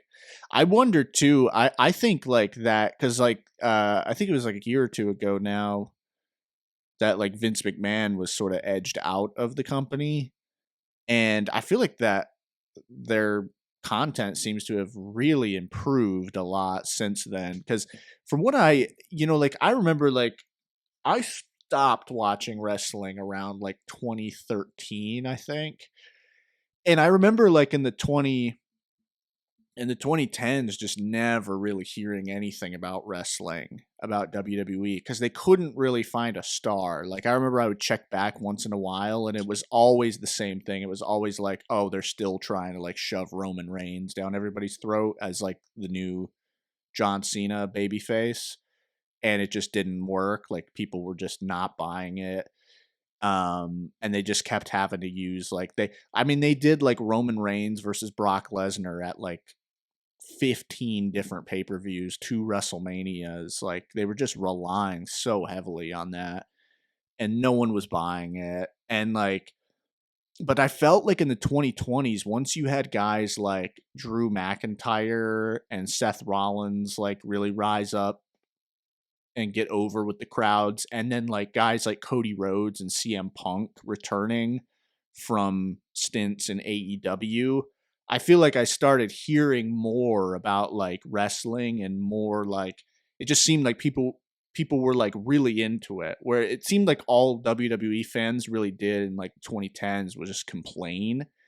And now it seems like everybody's just kind of like, oh, this is great television now. They're kind of there's fresh people back in the yeah. in the thing. I think with Vince leaving, I think the culture changed to where like we could have fun with this again. Yeah. Because like I think I think Vince McMahon was still doing cocaine, but I think everyone else stopped doing cocaine after the 90s. So like yeah. And because you're never going to recapture, that wonderful 1980s WWF of just like cocaine fueled absolute fucking nonsense. Ric Flair beating the shit out of Russians and stuff like that's great. Like that is probably that's like the golden age of that. But I think we've reached the other side of the tunnel of the waning McMahon years. Now it's like we got some fresh people back in the company over there, just trying to make it actually fun again. Yeah. Yeah, and I feel like you can't repeat like the Attitude Era, especially nowadays, because the Attitude Era like was just so cartoonish. It was absurd. That was what was so great about it. It was just complete, just like it took it by being so serious. It became a parody of itself. Like the just amount like beating people with chairs and shit, just like the crazy fucking storylines and like about like gay skeletons or whatever the fuck. It was just the weirdest shit. Yeah. And it was like, yeah. Well, it was like, I mean, you had like Undertaker was a cult leader who like literally like sacrificed people, and the next week on Raw they would be like zombified like slaves of his. And then you had like Kane. Yeah, you had like Kane who's like literally like conjuring up like flames and spells and stuff. You had like, it was ridiculous, and like it was great for that time. But like nowadays, especially with like things like UFC coming around, I just like people don't take people. I don't know. It's like people just don't. I don't think that would work in today's environment because people already like turn their nose up at pro wrestling, like people who aren't fans of it, which like I understand. Like as I've gotten older and gotten more into like MMA and stuff, like I don't know, man. I definitely do like see pro wrestling as like even goofier than I used to. I understand it's like tongue in cheek, but I don't know. Sometimes I just can't even like vibe with it anymore. The thing with like professional wrestling is like it is an athletic spectacle. You know, it's a very ancient form of theater. Really, yeah. UFC. I think I've never cared for. I never really cared for UFC. I don't know. It's just like the way it's kind of fun, but like I can't get into it. Also, I just kind of hate Dana White, so like that might just be part of my. Oh yeah, Dana White sucks. He's a dickhead, man. I don't know how he hasn't been killed yet. But like, you got all these huge muscle men working for you, and they all hate you because like you don't pay them anything. Like, yeah. How does he like play like? How does he not terrify that they're not just gonna all get together one day and just beat the shit out of him? Like, I know. I always thought it was. I've thought the same thing. Like, I've always thought it was weird how it's just like this, like, you know, short, bald, like testicle guy who's just like bossing around all these like, you know, trained killers. yeah, you have like these like perfect specimens of humanity, you know, and like you have It's this so like funny. this fucking toe of a man, Yeah. like the ringleader. Yeah, I guess money talks. Yeah. But Edward, we were just discussing how it seems like WWE found their footing after Vince McMahon like was edged out of the company. Yeah, it kind of seems like they're kind of creating buzz again now that Vince is out, and a lot of people that had been a topic of conversation for a while, right? Yeah, because he was so 'Cause when stubborn. Well, yeah, go ahead. Yeah, and that was the thing, because like Vince was just kind of set in his ways, and his ways just kind of had seen the best of themselves through the '90s and the obviously the early 2000s. And the issue ultimately with him was that even when Triple H came around, right? Because the people were really happy that they were giving Triple H kind of the power, and Triple H has kind of been the heir to the throne. He married into it. Yeah. Um, but I remember that they gave him like a show. I think he run like NXT or something, and people like loved NXT, and so people were like, they should let Triple H just run the show. And then the issue people had with when the whole thing with Vince happened, and his kind of assault allegations and abuse allegations and so on and so forth. Then it was like, okay, then Triple H is gonna run the show, and then the talk behind the background. I don't know if I'm just saying the shit that you guys already said. No, Um, you're saying new stuff. but okay, good. But the talk behind the background was Vince is still pulling the strings. Mm-hmm. Triple H is just kind of the front face, but he's still there. They haven't kicked him out. He's still there. But now that apparently, I mean, from what I understand, he is completely just out and not having anything to do with management. It seems like they're running a pretty cool show, especially because now fucking Cody's back, from ATW. Mm-hmm. And then again, Cena's back, The Rock's back, like Punk's back. Like it seems like they're just kind of. It seems like Vince McMahon was just kind of this rotten fruit that was poisoning the well, and it seems like them taking him out has just kind of revitalized. I mean, it has revitalized the whole fucking thing.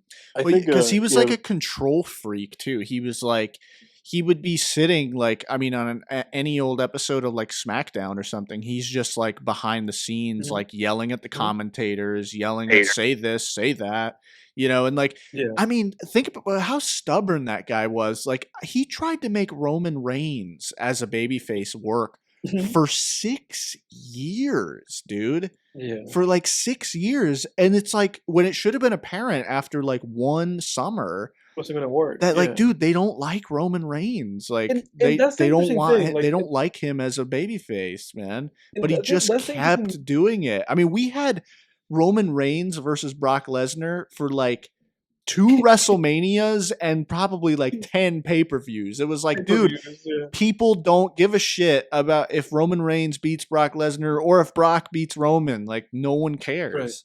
Right. And that's the interesting thing, right? That it's like, it's just sad that Vince. I mean, I guess Vince is also just kind of a fossil. He's a very old man. It's like, get out of there, dude.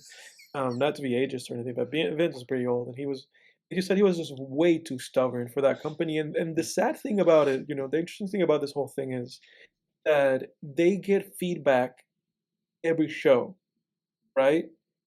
Every show. You have a live audience that pays tickets. Those people are not there, like, nobody's telling them to applaud, Right. like organically, the let's go Cena suck shit started organically. Mhm. People hated Cena. People hated that Cena was a fucking babyface. They hated him. They hated the horseshit with Cena. They hated that Cena was winning all the time. They hated Cena.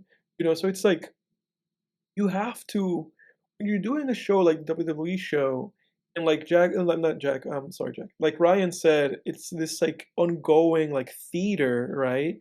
And you're having this constant audience feedback, and people are talking about it on Twitter, and people are talking about it on Reddit. You know, adapt. You have to adapt. Like you have to take these things into consideration and play the audience. Like you said with Vince, it was like he just needed everything to work however way he wanted it, and he just wanted to force things. Like he just wanted to force Roman, and it was just never going to happen. Yeah. Like that could work in the 90s, that could work in the 80s because Right. information was like limited, but like now everything's like snap, it's here, it's there, Right. I would say Infection. personally, I think the greatest thing Vince McMahon ever did though is when he wrestled God. I thought that was the coolest thing ever. I don't remember that. Was that the don't Attitude remember Era? Yeah, there's this clip where like Actually, no, I Vince remember McMahon, like because he just hates Stone Cold Steve Austin so much. He's like, "Fuck you, fuck God too. You suck." He's like, "I'm gonna fight God in the ring," and then just like the single spotlight comes down, just kind of goes towards the ring, and they cut back to Vince. He's like terrified. He's like, "What the fuck?" God damn. Yeah, it's hilarious. Attitude Era was ridiculous, man. That's crazy. One thing I will say about, and I don't know if WWE is like this, but I did go to an AEW show like a few years ago just for fun, and I did see like a few clips.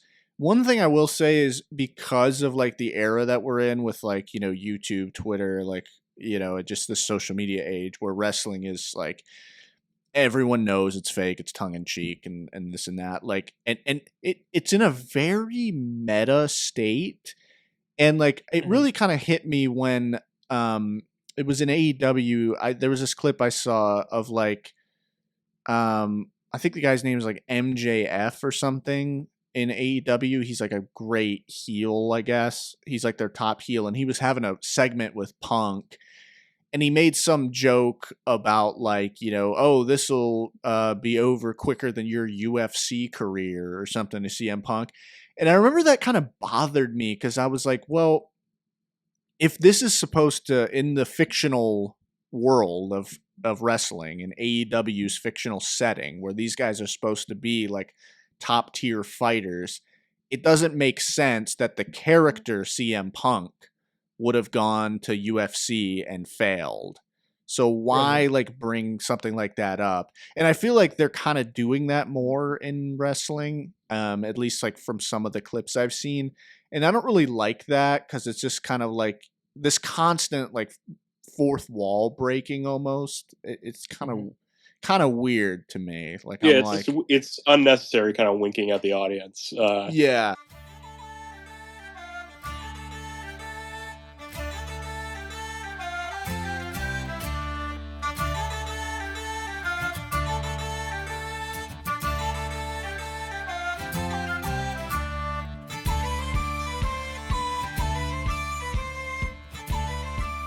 I know they build Rey Mysterio as 5'6". There's no way he's way shorter. There's no way. Because like Vic Mackey from The Shield, Michael Chiklis is 5'6", and Rey Mysterio is shorter than that guy. Like, there's no way. Rey Mysterio's got to be. I think he's actually like 5'2" or something, or like 5'4". I'm just gonna Google this. I'm gonna Google it. Why bill Rey Mysterio as taller? I understand like exaggerating like Kane's height or something, but why exaggerate Rey Mysterio's height? I don't know. According to the internet, it does say he's 5'6". Who knows, man? It doesn't make any sense to like exaggerate Rey Mysterio's height. Like he's supposed to, his angle is that he's small. One of the things that comes up is like Reddit saying like there's no way. Yeah. No way he's 5'6". Yeah, no way. All right, well, let's get into our recaps, and then we can wrap it up, boys. I'll go first. Mine's short. As far as movies go, besides The Departed, for the first time, I had never seen it before. I watched Cinderella Man. The Russell Crowe, Russell- Michael Mann, boxing movie. Yep, Russell Crowe, directed by Ron Howard, actually. I thought it was Michael Mann. Okay. Yeah, I could see that. It's kind of a similar style. But yeah, it was. I thought it was good, like slightly above average, pretty good. Yeah, not too much to say. Very like Rocky-esque movie, but I know it's based on a true story. Very inspirational story for sure. I was feeling an inspirational movie the other night. Given that it was a Sunday night and I was heading into a work week, so needed some inspo there. But it was solid. I really wanted Russell Crowe's character to, beat the shit out of that. What was that guy? Max Baer. We've talked about Russell Crowe before, right? About how he was like just beating people up, and he got arrested by the New York police. yeah, that's right. There's like pictures of him when they did like the walkout, like the famous like walkout they do with people they arrest. Yeah. So Russell Crowe's such a silly man. They have that like bit in South Park about him beating up people at bars. Did they? Yeah, they have like a whole bit with him where he goes across the world and like with like a little like animated like boat, like vessel. And I love that one. Yeah, and he just goes and beats people up, man. That's all he does. I need to watch that. That's pretty. I haven't seen that episode. That's so funny. South Park's still crushing it, man. That's what got him kind of like for lack of a better term, a little bit like blacklisted. That's why he's not in so much shit anymore. Yeah, no, it makes sense. A bad rep. Makes sense. But yeah, that movie Cinderella Man's a bit long, but other than that, I mean, it's good. It's a great period piece too. Very convincing. And yeah, they do a good job of showing what it was probably like during the Great Depression. In terms of just being worried about keeping your kids like warm at night and fed and stuff like that. And then just how desperate people were for work and stuff. Just going down to the docks every day and just this crowd of like 100 people. Begging for work, and then the employers being like, we only need 5 today, just but yeah, so solid movie. I liked it. And then I never talked about finishing Cobra Kai.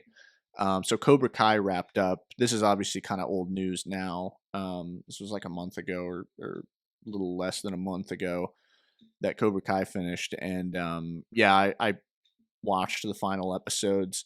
I gotta say, like, Cobra Kai has always been a solid show. It's funny. It's kind of like watching pro wrestling in a way. Like, Cobra Kai is like, it's like a live action anime almost, with like a touch of pro wrestling thrown in. Like, kind of like a hyper reality thing. Yeah. Oh, definitely. Like, it very much knows what it is. But because of that, you get a lot of like great like fight scenes and stuff in that show. And I will say, like, season 5 was like a great season of television.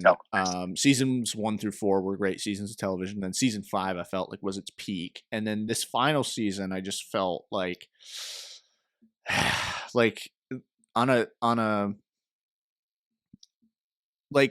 paper, the plot was pretty good, and I liked the way a lot of character stories wrapped up, but the writing and on a micro level, mostly the dialogue and just on a scene for scene level, was just atrocious.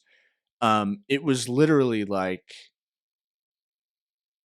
all it was every single scene in every single episode, almost, besides like the actual fight scenes, was character is down on themselves and underconfident, and then another character gives them a motivational speech. And it was every scene. You got like 5 to 6 motivational speeches per episode for like 15 episodes.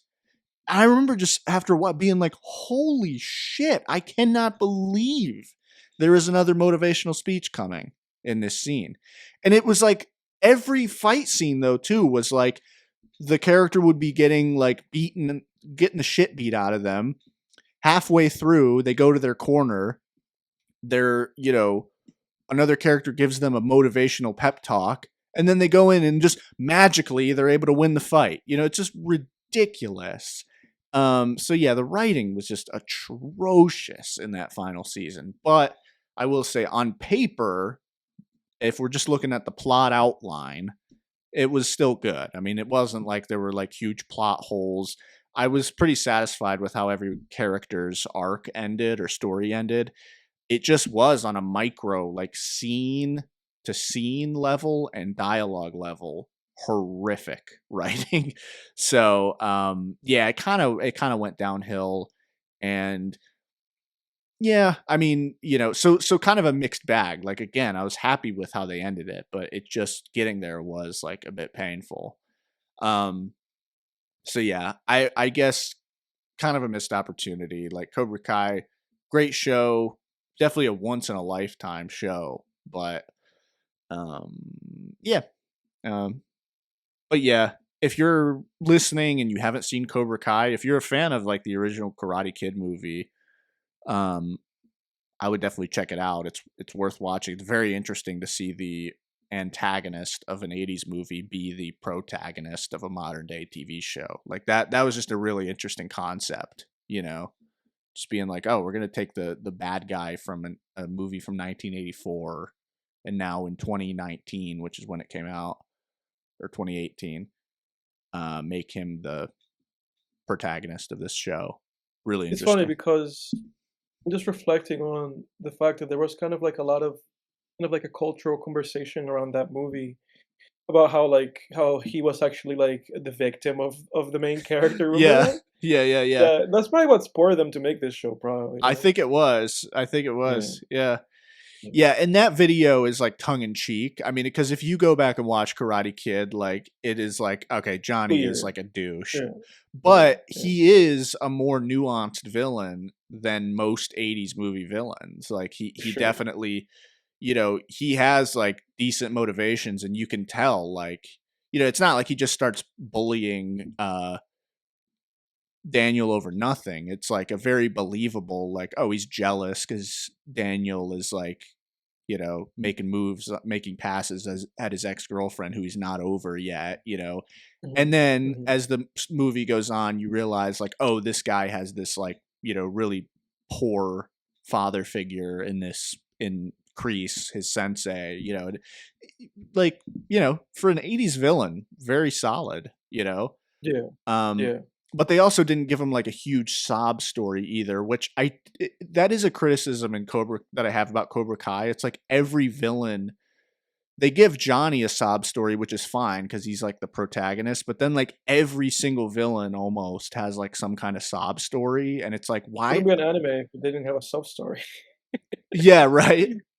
Yeah, it just got ridiculous after a while. It just got ridiculous. Like, I was like, did we really need Kreese, the villain from the original, to have a sob story, And like now, even like Terry Silver had like not a backstory sob story, but like a current sob story. And it was like, dude, why? Like, can't someone just be a douche? Like that is possible. I mean, why do we have to know? Why is it like, oh, John Kreese, his mom died when he was a teenager? It's like, oh my God, like. It's like I always thought of like John Kreese in the original just like kind of like the Emperor from Star Wars. He's just like this corrupting, like kind of a douche. Like I always saw John Kreese as just like this hardened military guy who just was probably like a bit too hardened by the war and then couldn't really like snap out of that when he came back and like started, pushing his students too far. Like, you really didn't need to give him a huge sob story, in my opinion. I think you were going to say something, Ryan, or was that just some feedback I was getting? Yeah, it was probably just feedback. I don't know. Oh, okay. And then I think. Let me think. I think that might be it for me. One of my favorite metal bands, Killswitch Engage, released an album like a week ago, so I'm looking forward to giving that a listen. I haven't yet, but I like those guys a lot. We were talking about WWE earlier. They were CM Punk's original theme song was one of their songs. Hey. They're a solid like metalcore band that I enjoy their music, so I gotta check them out. But yeah, I think that's it for me. So Yeah, I'm just gonna jump in because honestly, this week got away from me, boys, and I don't even like I don't even know what I watched. I think I watched like episode here, episode there, like doom scrolling here and there. Like it really got away from me. So I honestly don't even think I have a recap for this week, and I don't want to end it that way. So I'm making that out of the way. Jack, that was me every week, man. Every week of the podcast. In the first 2 seasons, once like Jack be like, I have all this stuff, and I'll be like, dude, I didn't watch that shit. yeah, That makes me feel better. It's all right. But you're not alone. You're not alone. Just makes it sound like Ryan. you spend time outdoors and such. Hell yeah. Yeah. Ryan, do you want to jump in? Or Yeah, did we yeah, kinda cover the recap? I started watching Peaky Blinders again. It's good. I like it. Nice. I I've enjoy British television. I don't know why I enjoy it so much, but I do. And I watch a lot of Frasier. That's all I really watch these days is Frasier and Peaky Blinders. Nice, man. Yeah, Frasier fucks. If anyone's looking for something to watch, that show fucking rules. Okay. Possibly one of the best written TV comedies of the 90s, possibly ever. I've never seen Frasier, but I should check it out. Doesn't the guy from that show, didn't he play Sideshow Bob in The Simpsons too? Yes, Kelsey Grammer. Yeah, okay. And what's funny is that Frasier's dad on the show played Sideshow Bob's dad on The Simpsons. That's awesome. And David Hyde Pierce, who plays Frasier's brother, voiced Sideshow Bob's brother in The Simpsons. So that's dope. There were some Frasier fans on the writing staff that season whenever they did that. That's awesome. Yeah, I mean Sideshow Bob had like the best voice. Like that guy was awesome on The Simpsons. Yeah, hello, Bart. Yeah, no, he was awesome, man. Like that character was great. How he just kept coming back like every few seasons. Like he'd come back and try Kelsey Grammer just has a great voice in general. Yeah. Oh shit! Have you seen Money Plane?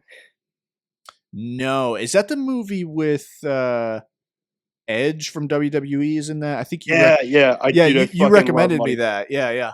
Money Plane fucking blows. I love that movie. It sucks so hard. Kelsey Grammer's in it.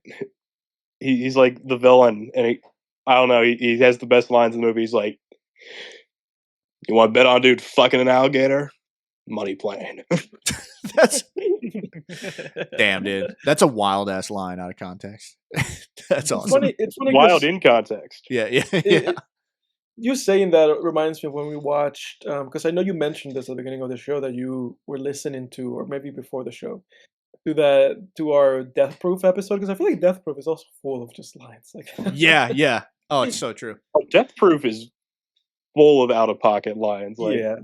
I don't think there's a single like. I don't think there's a conversation in that movie that's more than like 3 exchanges without some inference of someone having sex with the other person in that. Dude, Death Proof is the reason I ate nachos last night, because I remembered this. I, for some reason, just randomly remembered the scene where he's just destroying a plate of nachos. And like, after I remembered it, I couldn't stop thinking about nachos. And I was like, fuck, dude, I ate nachos last night. I just made myself a plate of nachos. Dude. Like, I was like, I have to, dude. I can't stop, man. Do you guys ever happen to you, like once in a while, like you just watch a movie or a show or something and some food appears in there and then you can't get that food like off of your mind? Sometimes, oh yeah, usually pizza, I think, for me. Okay, interesting. It's awesome. Oddly never happens to me. I don't really crave like certain foods out there's foods that I do crave consistently. Yeah. Like ice cream. I'm like a serious ice cream fiend. Yeah. Dude, we were on Jack and I like years ago. I think it was like for your college graduate or your high school graduation. Like our families like went on a cruise and like we were eating, like we'd eaten like burgers and fries or whatever. And then you like stood up and you were like, I'll be right back. I'm going to go cram some ice cream before I get full. I was like, damn, dude, this guy loves ice cream. Which is your favorite flavor though? Okay, this is a hot take. I love mint chocolate chip ice cream. I'm here for it. I'm here for it. Mint Love chocolate chip is fucking goated. It's not a hot It's take. the I think shit. that's what we have in the fridge right now. Oh yeah. Oh hell yeah! Usually it's the people shit. look at me sideways when I'm like No, mint it's the chocolate shit, chip, dude. but It's it shit. slaps. Yeah. That and just Chick-fil-A milkshakes, Yeah, cookies and What's cream. your respect thoughts on the chocolate one. frosted lemonade at Chick-fil-A? yeah, I respect it. I mean, it's good. I don't know. I'm not a big lemonade fan in general, outside of just like summer vibes. So I don't find myself drinking it much. Tisk, I say. Yeah. Tisk. Yeah. All right. Well, I guess that's it. Is that it for recaps? You got anything else, Ryan? I'll bring us home. I'll recap. Oh yes. Fuck you. I forgot about you. No, Evan. don't worry. You didn't. That's You didn't. okay. Oh yeah. Nobody okay, you didn't go. cares. Right. Nobody cares. Just you'll bring us home as in you'll end the podcast. Cool. Yeah. To end the show. To end the show. Yeah. It's No, over? I'll be very brief. There's some stuff I wanted to mention. I watched, obviously outside. I mean, I watched The Departed. If you guys want to talk about that, I watched a movie from 2009 called Sin Nombre, which is like about kind of like the process of like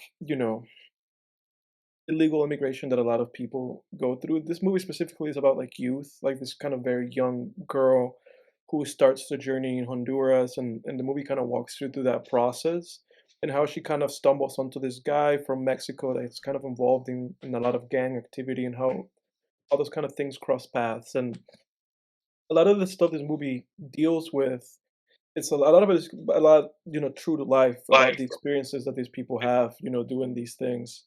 And interestingly enough, I thought you would find this interesting, Jake. This is directed and written by Kerry Joji Fukunaga, which you might be aware of him because he directed the first season of True Detective.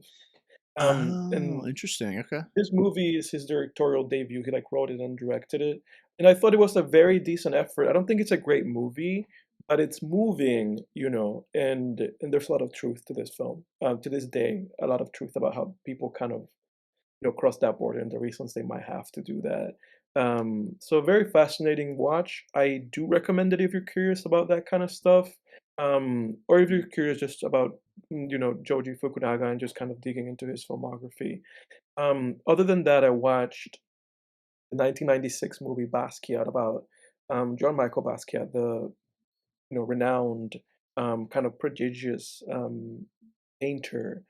He was active, like in the 70s and 80s for the most part, and he was very close with Andy Warhol. And the movie kind of walks you through his come up from just being literally just a homeless person in New York, sleeping in Central Park, to meeting a lot of these kind of big figures and kind of his mythology behind painting his mythology rather, and also just kind of walking you through the life that this man lived, especially because he's one of those kind of like part of the 27 Club kind of thing, where he overdosed.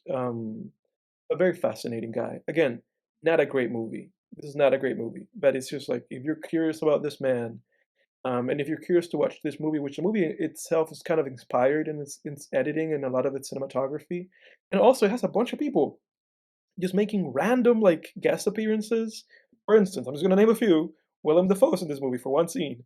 Fucking Christopher Walken's in this movie for one scene. Gary Oldman's in this movie for two scenes. Just like a bunch of random people just just show up in this movie. Dennis Hopper's in this movie. It's like a bunch of random people.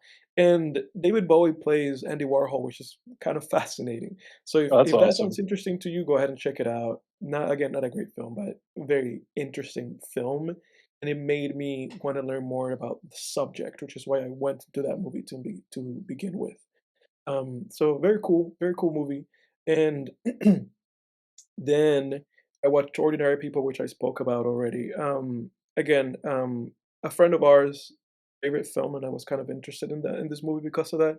But also, I kind of went full circle with Ordinary People because I remember that I think first year we watched like the first 30 minutes of this movie just to kind of get to the Act One break, and like the catalyst of this film.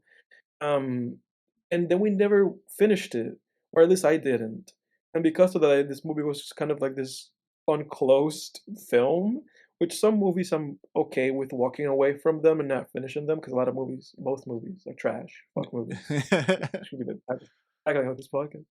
But with this movie, I always had a curiosity, and because again, people that I kind of respect, um, liked this movie a lot. So I went into this film, and interestingly enough, a lot of people on Letterboxd don't have a lot of love for this movie, a lot of kind of sixes, and I think this movie is actually better than that. Um, I thought it was actually like a pretty like good to great film. Not a lot.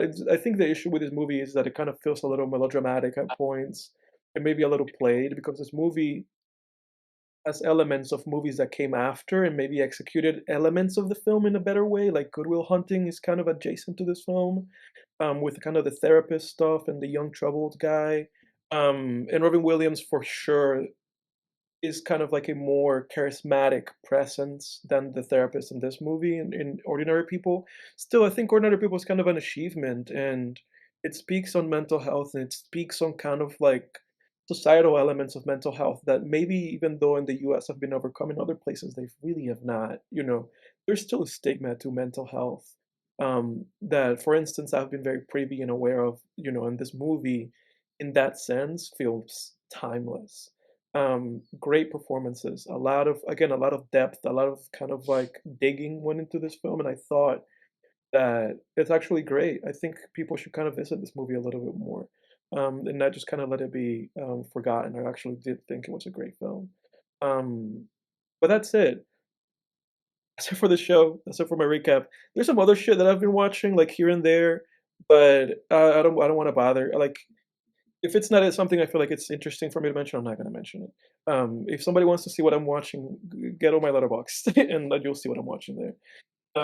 But that's it for the recap. Everybody, next week we're going to watch Infernal Affairs, which is what inspired the movie of this week. And Infernal Affairs is a movie from 2002, directed by Andrew Lau and Alan Mack. We'll see how great that is. Jake, I hand it over to you. Yeah, sounds good. Looking forward to that. And then, I want to thank our guest Ryan for coming on to the show. Everybody, show him some love in the comments. We appreciate you coming on, Ryan. This was great. Fun as always, man. Everybody in the comments rate us from the funniest and coolest from 1 to 4. Yeah. And I should be 4, and Ryan should be 1, yeah. and also Jake should be 4, and Jack should be 4. So all of Jake, me, and Jack should always be 4, but Ryan, he should be number 1. Yeah, no, for sure. In fact, Ryan should just kick us all off and just host the podcast himself. But yeah, thanks for coming on, Ryan. And guys, we'll see you next week for Infernal Affairs, and that's it. Next time on Film Tangents. Until next time. Peace.